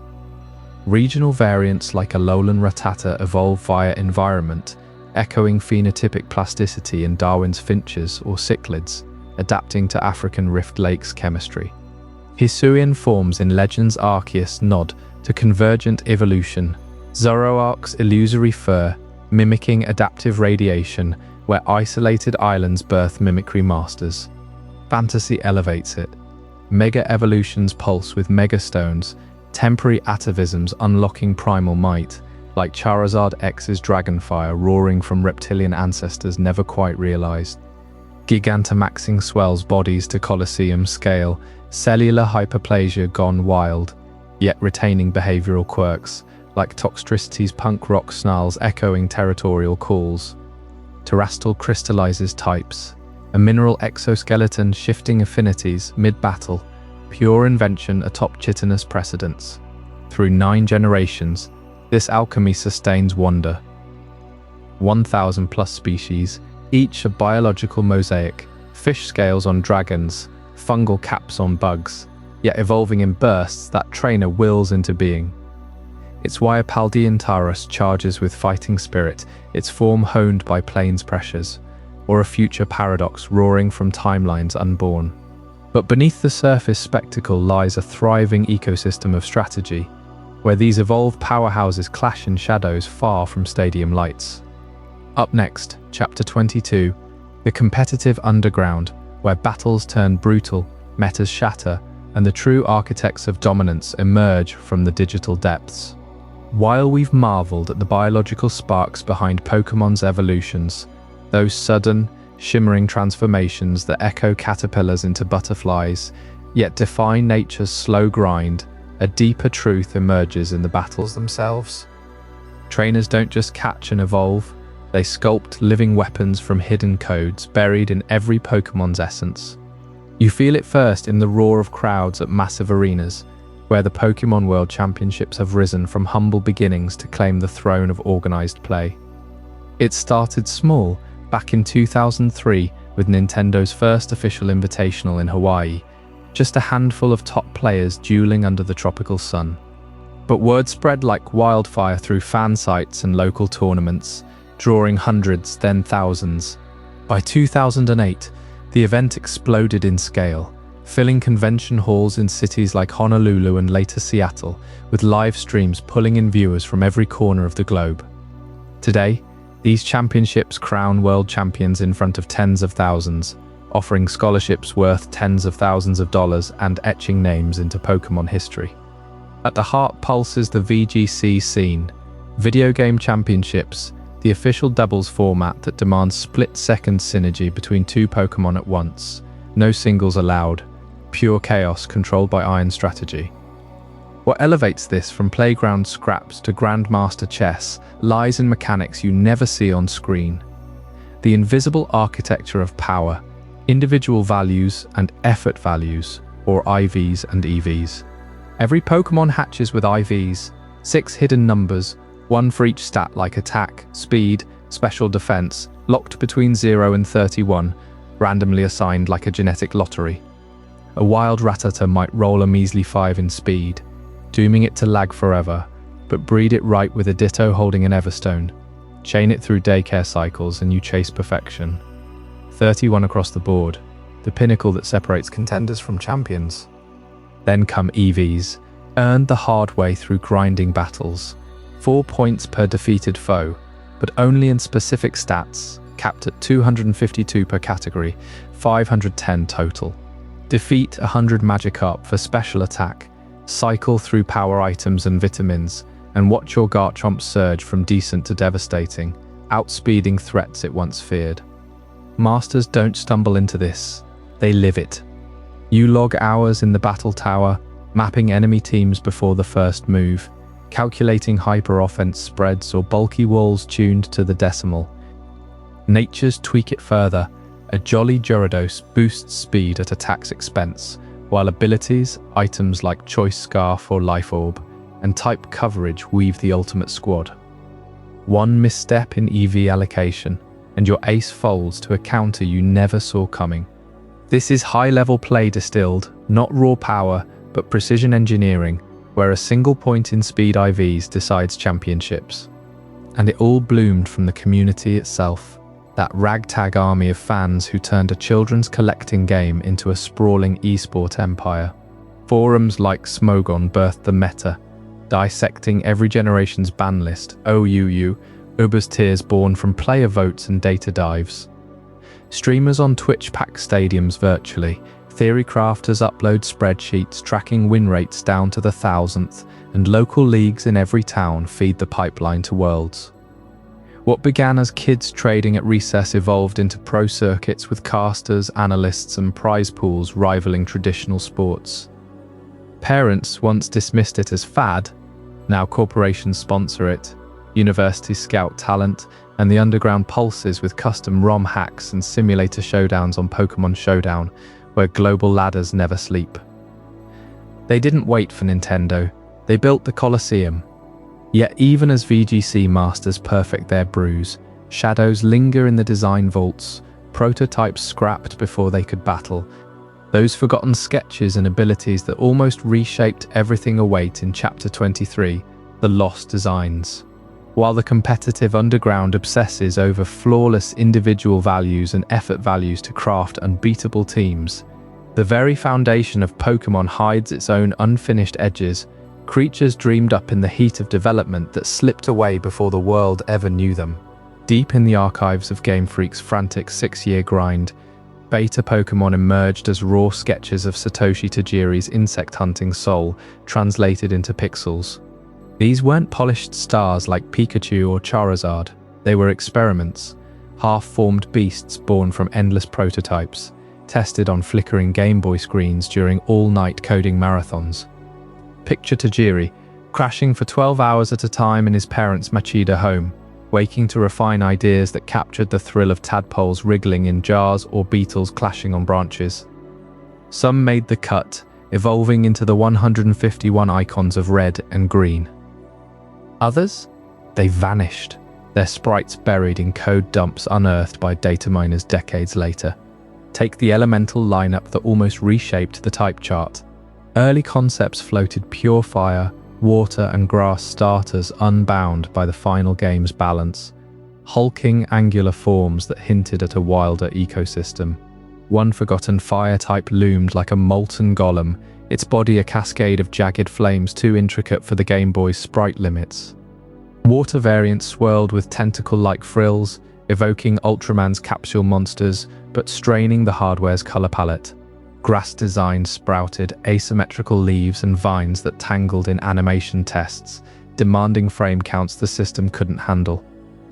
These betas whispered of Tajiri's initial vision, a menagerie closer to his childhood Crawleys, less cute, more primal. Then came the 1997 Space World demo, that electric Shinkansen ride to Nintendo showcase, where whispers of gold and silver first electrified Japanese gamers. Leaked footage from that Kyoto event reveals a demo world brimming with ghosts of Pokémon past, blocky, experimental models that screamed ambition clashing with tech. The Chained Spirit, a spectral figure dragging iron links across haunted tiles, moved with a jerky menace unfit for smooth 16x16 sprites. Another, a crystalline ice behemoth with fractal edges, shattered under rendering glitches, its refractions eating cycles the cartridge couldn't spare. Bird-like scouts with razor wings and elongated beaks patrolled skies in test maps, their flight paths too fluid for the era's collision detection. Technical chokeholds doomed them all. The Game Boy's monochrome roots, even stretched to color in blue, rebelled against complexity. Sprites ballooned beyond 8x8 tiles, animations stuttered on 4-frame loops, and memory overflowed from oversized palettes. Game Freak's tiny team, Ken Sugimori sketching by hand, Tajiri pitching Capsule Monsters rejects, faced Nintendo's deadlines. Cut after cut streamlined the roster. The bloated holy beasts with divine auras gave way to simpler legends. Phantasmal blobs merged into Haunter's line. Mechanical hybrids scrapped for battery life concerns. What survived? Leaner evolutions like Cyndaquil's chain, tightening into Typhlosion's sleek inferno. These lost designs peel back the layers on Tajiri's evolving creative vision, revealing a man who started with real Tokyo suburb bugs, stags, mantises, cicadas, and ballooned them into cosmic tapestries. Early betas clung to that grounded grit, armored insects with compound eyes like his fanzine doodles, amphibian blobs echoing tadpole hunts. But as pitches failed and Miyamoto intervened, the vision softened, cutifying for mass appeal while hiding sharper edges. The Space World Ghosts show the pivot from raw, technical-defying monsters to pocketable friends linked by cable. Tajiri traded visceral realism for accessibility, birthing a franchise that exploded from 78,000 Koro entries to global fever. Yet those scraps endure in ROM hacks and fan art, proving the cuts weren't erasures, but refinements of a dream that outgrew its shell. Dataminas still chase echoes, a beta Mewtwo prototype with elongated limbs and psychic tendrils, too nightmarish for kids. A rock-type Colossus crumbling into gravel mid-battle, axed for battle engine strain.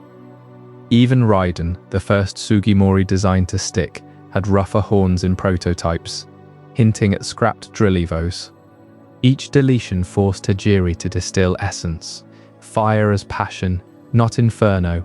Water as flow, not tsunami. It's why Gen 2's day-night cycle and breeding feel like evolutions of those betas. Tajiri's bugs now breeding in eggs under starlit skies.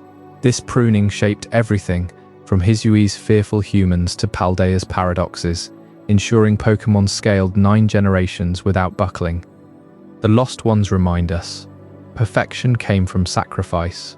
Tajiri's gaze shifting from suburban streams to Arceus-forged worlds. And speaking of collections that turn digital dreams into tangible obsessions, wait until you hear about the trading card phenomenon, how a simple pasteboard empire rivaled the games themselves, stacking billions in a frenzy Tajiri never saw coming.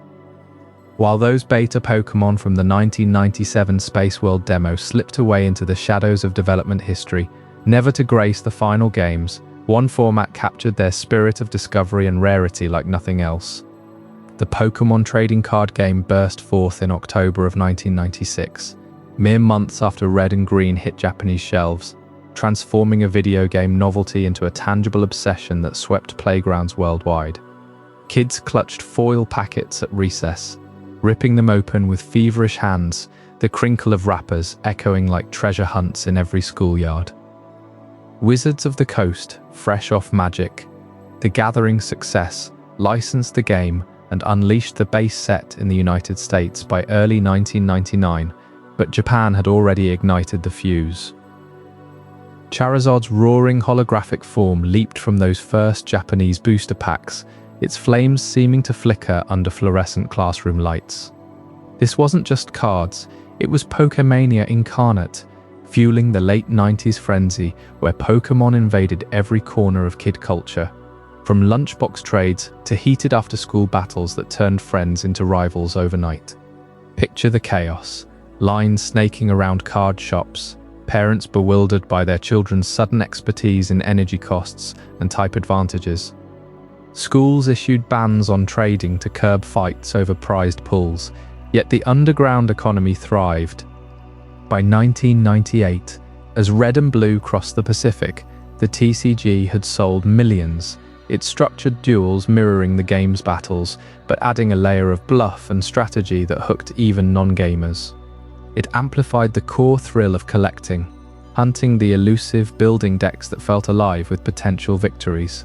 This card game didn't just ride the wave of Pokémon's rise, it crashed it higher, turning casual fans into fanatics and propelling sales of the video games through sheer cultural osmosis. At the heart of that mania, lay the rarest cards in existence, holograms and illustrations so scarce they became legends whispered among collectors. The true holy grails emerged from those initial Japanese prints. The first edition Pikachu Illustrator promo, awarded to just 39 Koro magazine contest winners in 1998. Its adorable yellow mascot rendered in pristine, untouched glory. Or the shadowless Charizard from the base set, printed before Wizards added drop shadows to foils, making pristine copies vanish into vaults. These weren't mere paper, they were time capsules of hype, with a PSA 10 graded first edition, Charizard fetching over $270,000 at auction in recent years, outpacing fine art sales. The secondary market evolved into a sophisticated beast where nostalgia meets speculation. Platforms like eBay birthed fortunes for those who squirreled away childhood hauls, while professional grading from PSA or BGS turned worn edges into investment grades, 9.5s commanding premiums that rival stock portfolios. Today, the market hums with billions in traded value annually, fueled by millennial adults chasing relics of their youth amid crypto crashes and economic dips. A single Illustrator card shattered records at $425,000 in 2021. Its buyer not a kid, but a collector betting on endless demand. Rarity tiers common, uncommon, rare, holographic, stratified the hunt, but misprints like the backward Holo Blastoise or the untouched Trophy Pikachu pushed values into the stratosphere, proving Pokémon cards as enduring wealth as any blue-chip asset. Yet beyond the economics pulsed something deeper.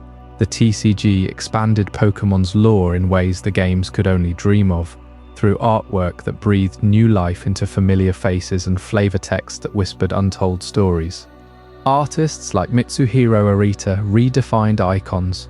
Mewtwo's psychic fury captured mid-levitation, eyes glowing with otherworldly menace, details like subtle vein patterns on its tail, absent from pixelated sprites.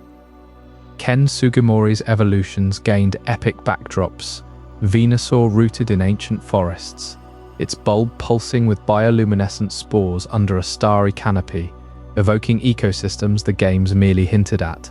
Flavor text turned cards into portals of narrative gold. Born of an egg of unknown origin, reads the ancient Mewtwo, hinting at forbidden labs and cosmic accidents long before movies fleshed them out. Zapdos crackles with this legendary bird is said to appear from the clouds while dropping enormous lightning bolts, layering myth onto its stormy silhouette.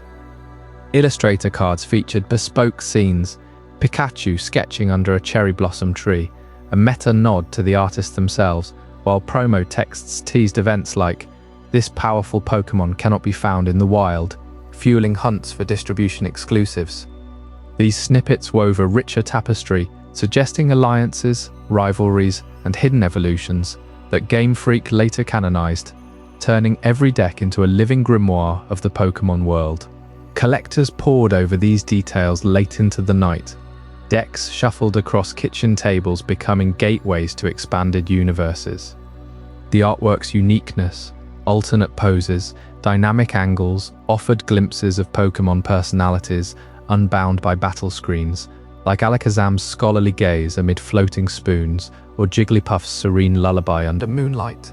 Flavor text sparked fan theories. Did Dragonite's "It is said to make its home somewhere in the sea" foreshadow unknown ruins? This infusion of lore didn't just deepen play, it immortalized the beta dreams we'd lost, giving physical form to the infinite possibilities Tajiri envisioned. As the TCG's grip tightened through gold and silver expansions, introducing breed-exclusive cards and shiny variants that mirrored the game's evolutions, it solidified Pokémon as a multimedia empire. But the cards' true power lay in their portability, traded hand to hand, fueling bonds that outlasted pixels. Values soared and crashed with booms, 2008's recession barely denting demand, proving the secondary market's resilience, where a humble booster pack from 1996 now auctions for thousands unopened. Its contents a lottery of legacy. And just when the physical hunt seemed unbeatable, Pokémon found ways to slip into pockets in entirely new forms. Up next, Chapter 25, the mobile revolution, where the franchise digitized collecting on a scale that redefined accessibility and sparked debates over what rarity truly means in an always connected world. While the trading card game cards changed hands for fortunes in the late 90s, fueling that wild Pokemania that swept playgrounds and collector conventions alike, Pokémon itself never faded into nostalgia. It evolved, generation after generation, but nothing prepared the world for what happened when those pocket monsters burst out of screens entirely and into the streets you walk every day. In the summer of 2016, Pokémon Go ignited a cultural explosion, unlike anything the franchise had seen before. Downloads skyrocketed to millions within days of its July 6th launch, overwhelming servers to the point where players stood in baffled clusters outside empty gyms, phones clutched like talismans, waiting for the digital chaos to settle. You could feel the shift in the air. Suddenly, every park bench, every quiet alley, every landmark hummed with purpose. Strangers bonded over shared hunts. Families dragged kids away from couches into sunlit adventures, and headlines screamed about the app that got 1 billion people moving. It wasn't just a game, it was a phenomenon that crashed app stores, spiked Nintendo stock by 30% overnight, and turned urban landscapes into living battlefields. This wasn't some random viral hit. It traced straight back to Satoshi Tajiri's childhood rambles through Machida's suburbs, netting tadpoles and beetles, dreaming of creatures you could carry anywhere. He'd pitched monsters tunneling through the Game Boy's link cable like insects on a wire, but technology back in 1996 could only simulate that wonder on a pixelated screen. Fast forward 2 decades, and augmented reality made it real, bringing Tajiri's vision of monsters in the real world to life through AR. Niantic, the minds behind the location-based game Ingress, partnered with the Pokémon company to layer those familiar sprites over your camera feed. Point your phone at a fountain, and there's a Magikarp flopping in the water. Glance at your backyard, and a Pidgey perches on the fence, wings fluttering in photorealistic glory. The AR tech, powered by GPS and smartphone cameras, erased the boundary between virtual hunts and the tangible world Tajiri first chased as a kid. You remember those first weeks? News crews captured it all. Packs of players converging on New York's Central Park for a Mewtwo raid, their faces lit by glowing screens as dusk fell, cheers erupting when the beast finally appeared. In Japan, lines snaked around blocks for limited edition lures at shrines, echoing the bug-collecting pilgrimages Tajiri knew so well. Even darker tales emerged, joggers tumbling into ponds chasing wild Snorlax, drivers veering off roads for roadside Rattata, spawning memes and safety PSAs worldwide. But beneath the frenzy, something profound stirred. Pokémon Go racked up over 500 million downloads in its first year, generated $1 billion in revenue without a single in-app purchase push at launch, and logged billions of kilometers walked by players worldwide. It redefined gaming, proving that blending reality with fantasy could hook even non-gamers, your neighbor who never touched a Game Boy, suddenly spinning Pokeballs at virtual beasts during lunch breaks. What made it stick, though, was how it whispered to the soul of the original games. Tajiri's 1996 dream wasn't just about battling in tall grass. It was about discovery in the everyday wilds, trading finds with friends across wires that felt alive. Mobile gaming took that core and amplified it exponentially, introducing a new generation to the 1996 dream. Kids born after Gold and Silver discovered Pikachu not through cartridges, but by chasing it past their school gates. Millennials, buried in adult routines, rediscovered the joy of a full Pokédex through evening walks with spouses or solo treks at midnight. Parents who'd hoarded those rare TCG holograms now lured spawns for their toddlers, passing the torch without a single console required. Smartphones became the ultimate Pokeballs, always in your pocket, always ready, turning commutes into quests and coffee runs into captures. Over time, events like GoFest in Chicago drew 100,000 fans to Lincoln Park, trading shinies under fireworks, while remote raids let you join global teams from your living room during lockdowns years later. The ripple effects reshaped Pokemon's empire.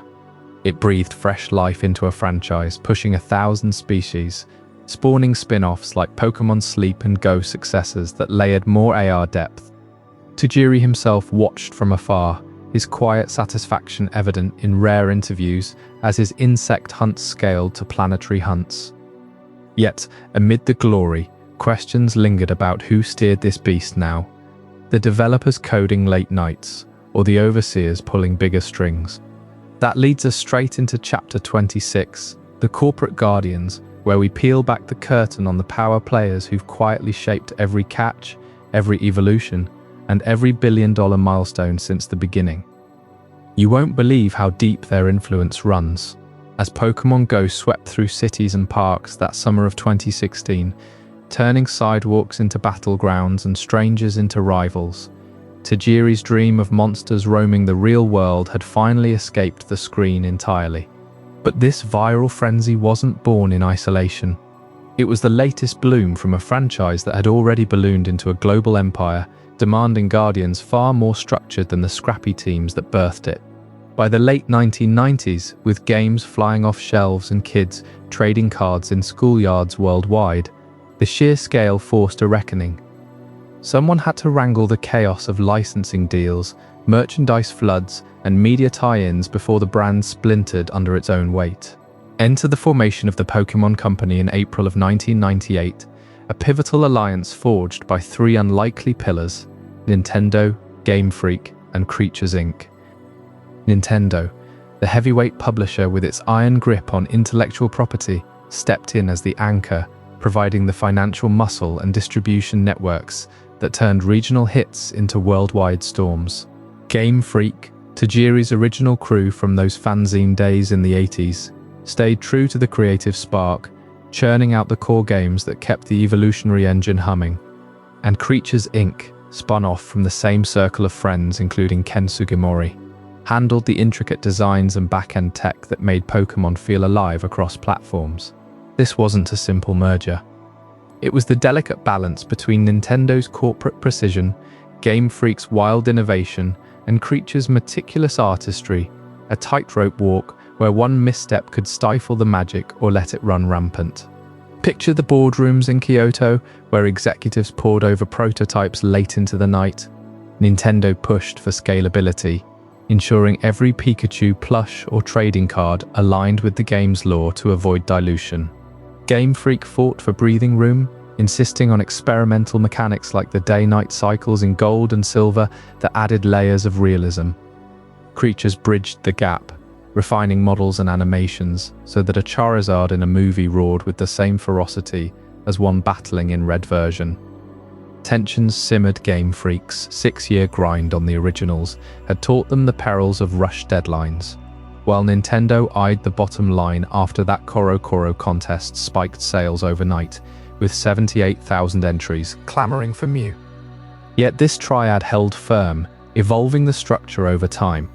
By October of 2000, the joint venture rebranded fully as the Pokémon Company, expanding its mandate to shepherd every facet of the empire. They launched Pokémon USA soon after to conquer North America, timing it perfectly with the first movie's U.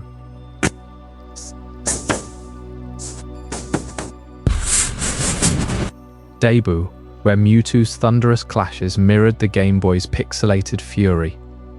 Merchandise poured forth: backpacks, cereals, even McDonald's promotions, each vetted through rigorous approval chains to preserve the whimsy. Movies from the 90s onward drew directly from game scripts, with Creatures consulting on creature behaviors so that Lugia's psychic dives felt authentic to its Johto roots. This guardianship extended to the games themselves, where consistency became sacred. When Ruby and Sapphire introduced new regions, the Pokémon Company enforced lore continuity, ensuring Hoenn's weather mechanics echoed real-world typhoons while tying back to Kanto's originals. Merchandise teams synced with Game Freak's reveals, so a shiny Rayquaza figure hit shelves alongside Emerald's enhanced battles. Even the anime, with its episodic adventures, adhered to strict guidelines. No Pokémon-defying type matchups without precedent, no evolutions contradicting the Pokédex. Behind the scenes, Licensing committees reviewed thousands of proposals yearly, rejecting those that veered into parody or over-commercialization, all while greenlighting ventures like the TCG's rare holographic Charizards that mirrored in-game rarities. The payoff was a brand impervious to fragmentation. Fans could watch Ash battle in the latest film, unwrap a themed Happy Meal toy, and jump into Sword and Shield on Switch, experiencing the same interconnected universe without jarring seams.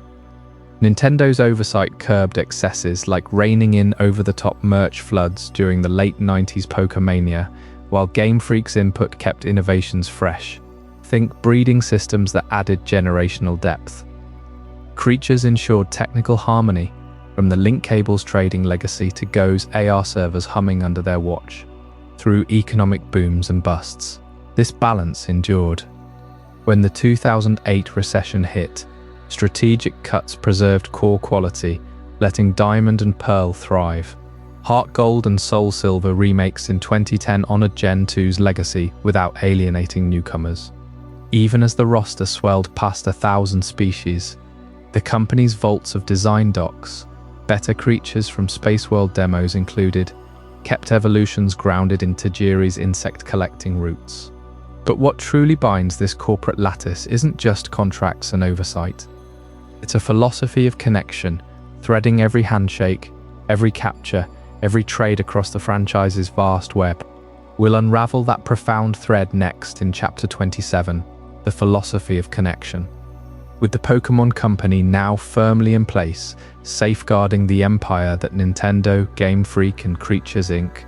had built together, it's worth pulling back to the quiet spark that ignited it all. Satoshi Tajiri didn't dream of boardrooms or billion-dollar brands. He saw something far simpler, yet profoundly human. Kids linking their Game Boys with that thin yellow cable, trading creatures back and forth like secrets whispered between friends. Picture the suburbs of Machida in the early 1990s, where Tajiri, still chasing his childhood obsession with collecting beetles and tadpoles from the cracks in urban concrete, first tinkered with this idea. Urban sprawl had chased away the wild bugs he loved as a boy, but the Game Boy's link cable changed everything. He watched that cord snake between two handheld screens and thought of insects marching single file along it, crossing from one world to another. That wasn't just a technical trick, it was a bridge.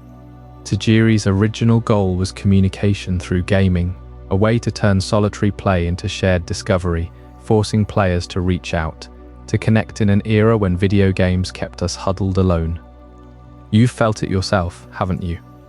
That moment when you fire up Red version and realize you can't catch the electric mouse that sparks across the screen in your friend's blue cartridge.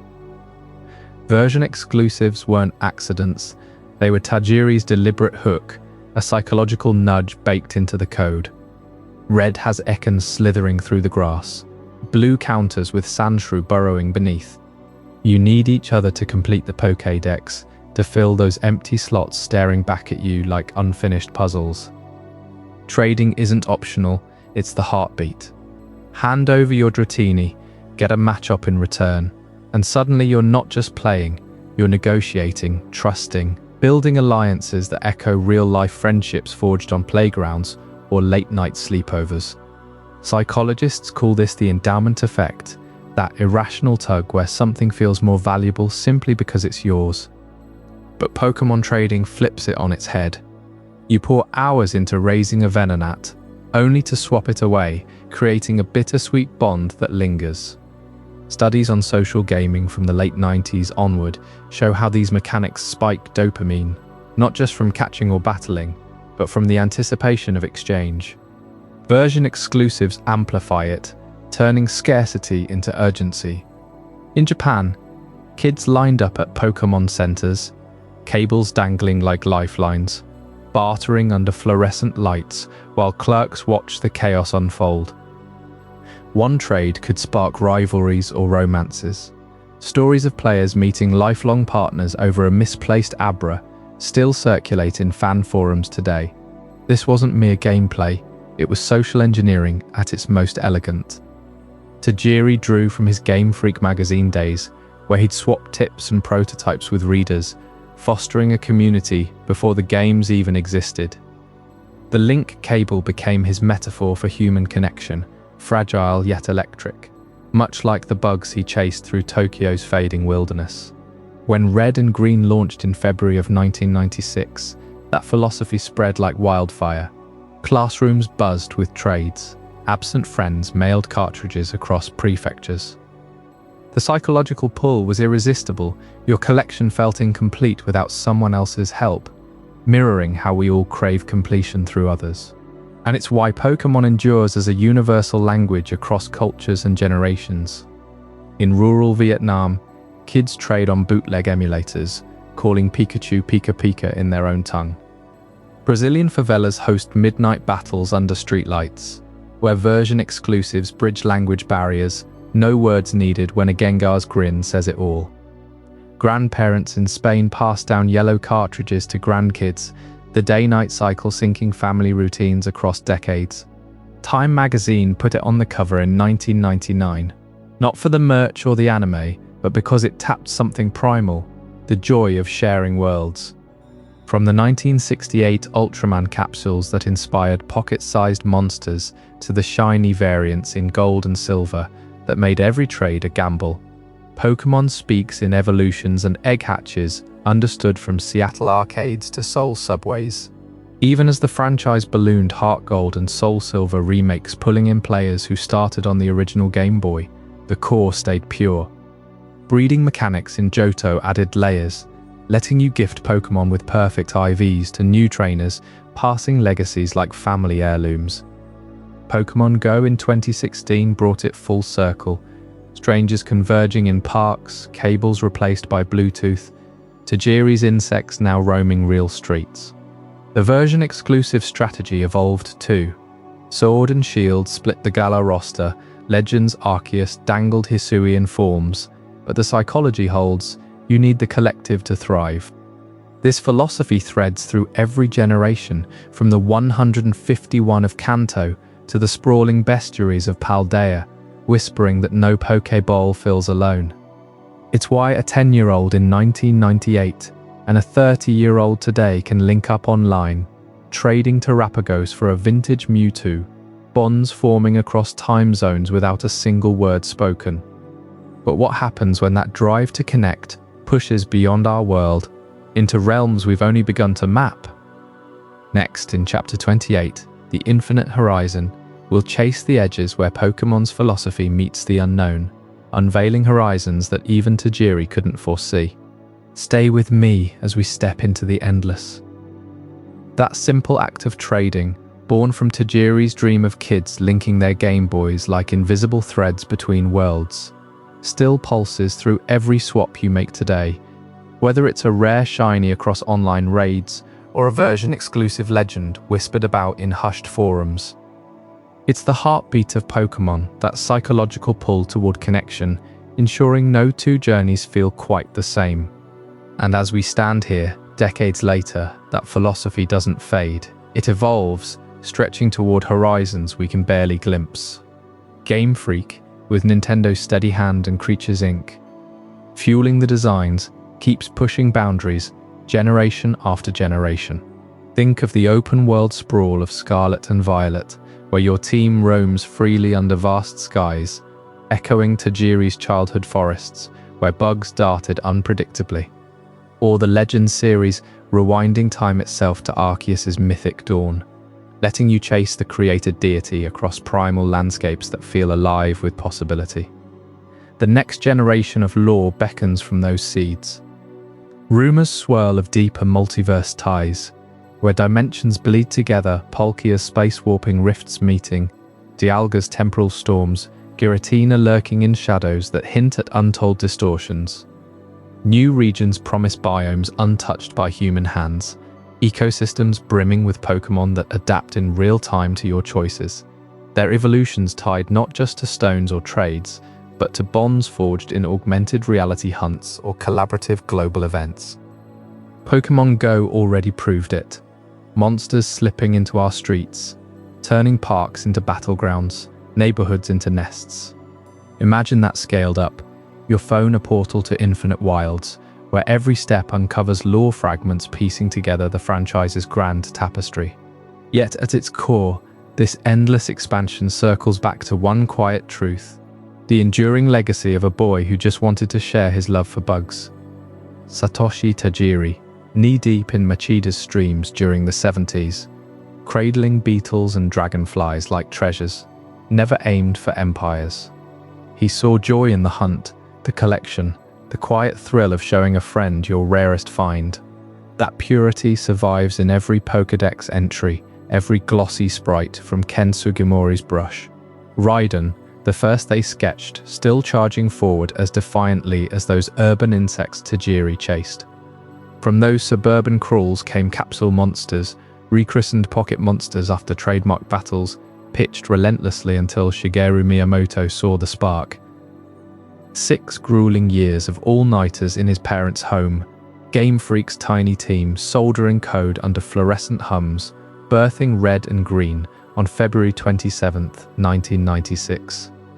Mew's secret contest exploded, with 78,000 entries, Korokoro's pages igniting the fire. North America caught it September 28, 1998, Yellow followed October 1, 1999.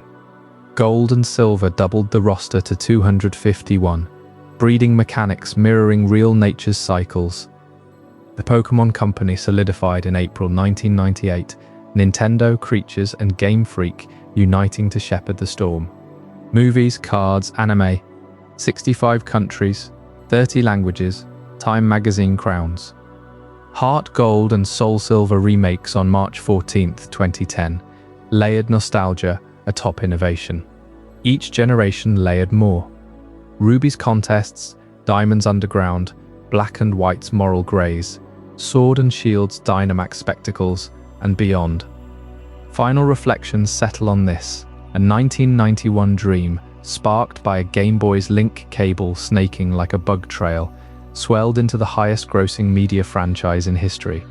Over $120 billion by some counts, 9 generations strong, yet Tajiri's voice echoes unchanged. He steps back now, letting successors like Junichi Masuda and Shigeru Omori carry the torch, but his bugs still crawl through every pixel. The horizon stretches infinitely, your next adventure waiting just beyond the Elite Four's shadow, where that boy's shared wonder invites you to collect, connect, and dream anew. What did you think of this journey? I'd love to hear your thoughts in the comments below. If this changed your perspective or taught you something new, consider subscribing for more mind-expanding content. And if you know someone who would find this as fascinating as you did, share it with them. These are the kind of conversations that matter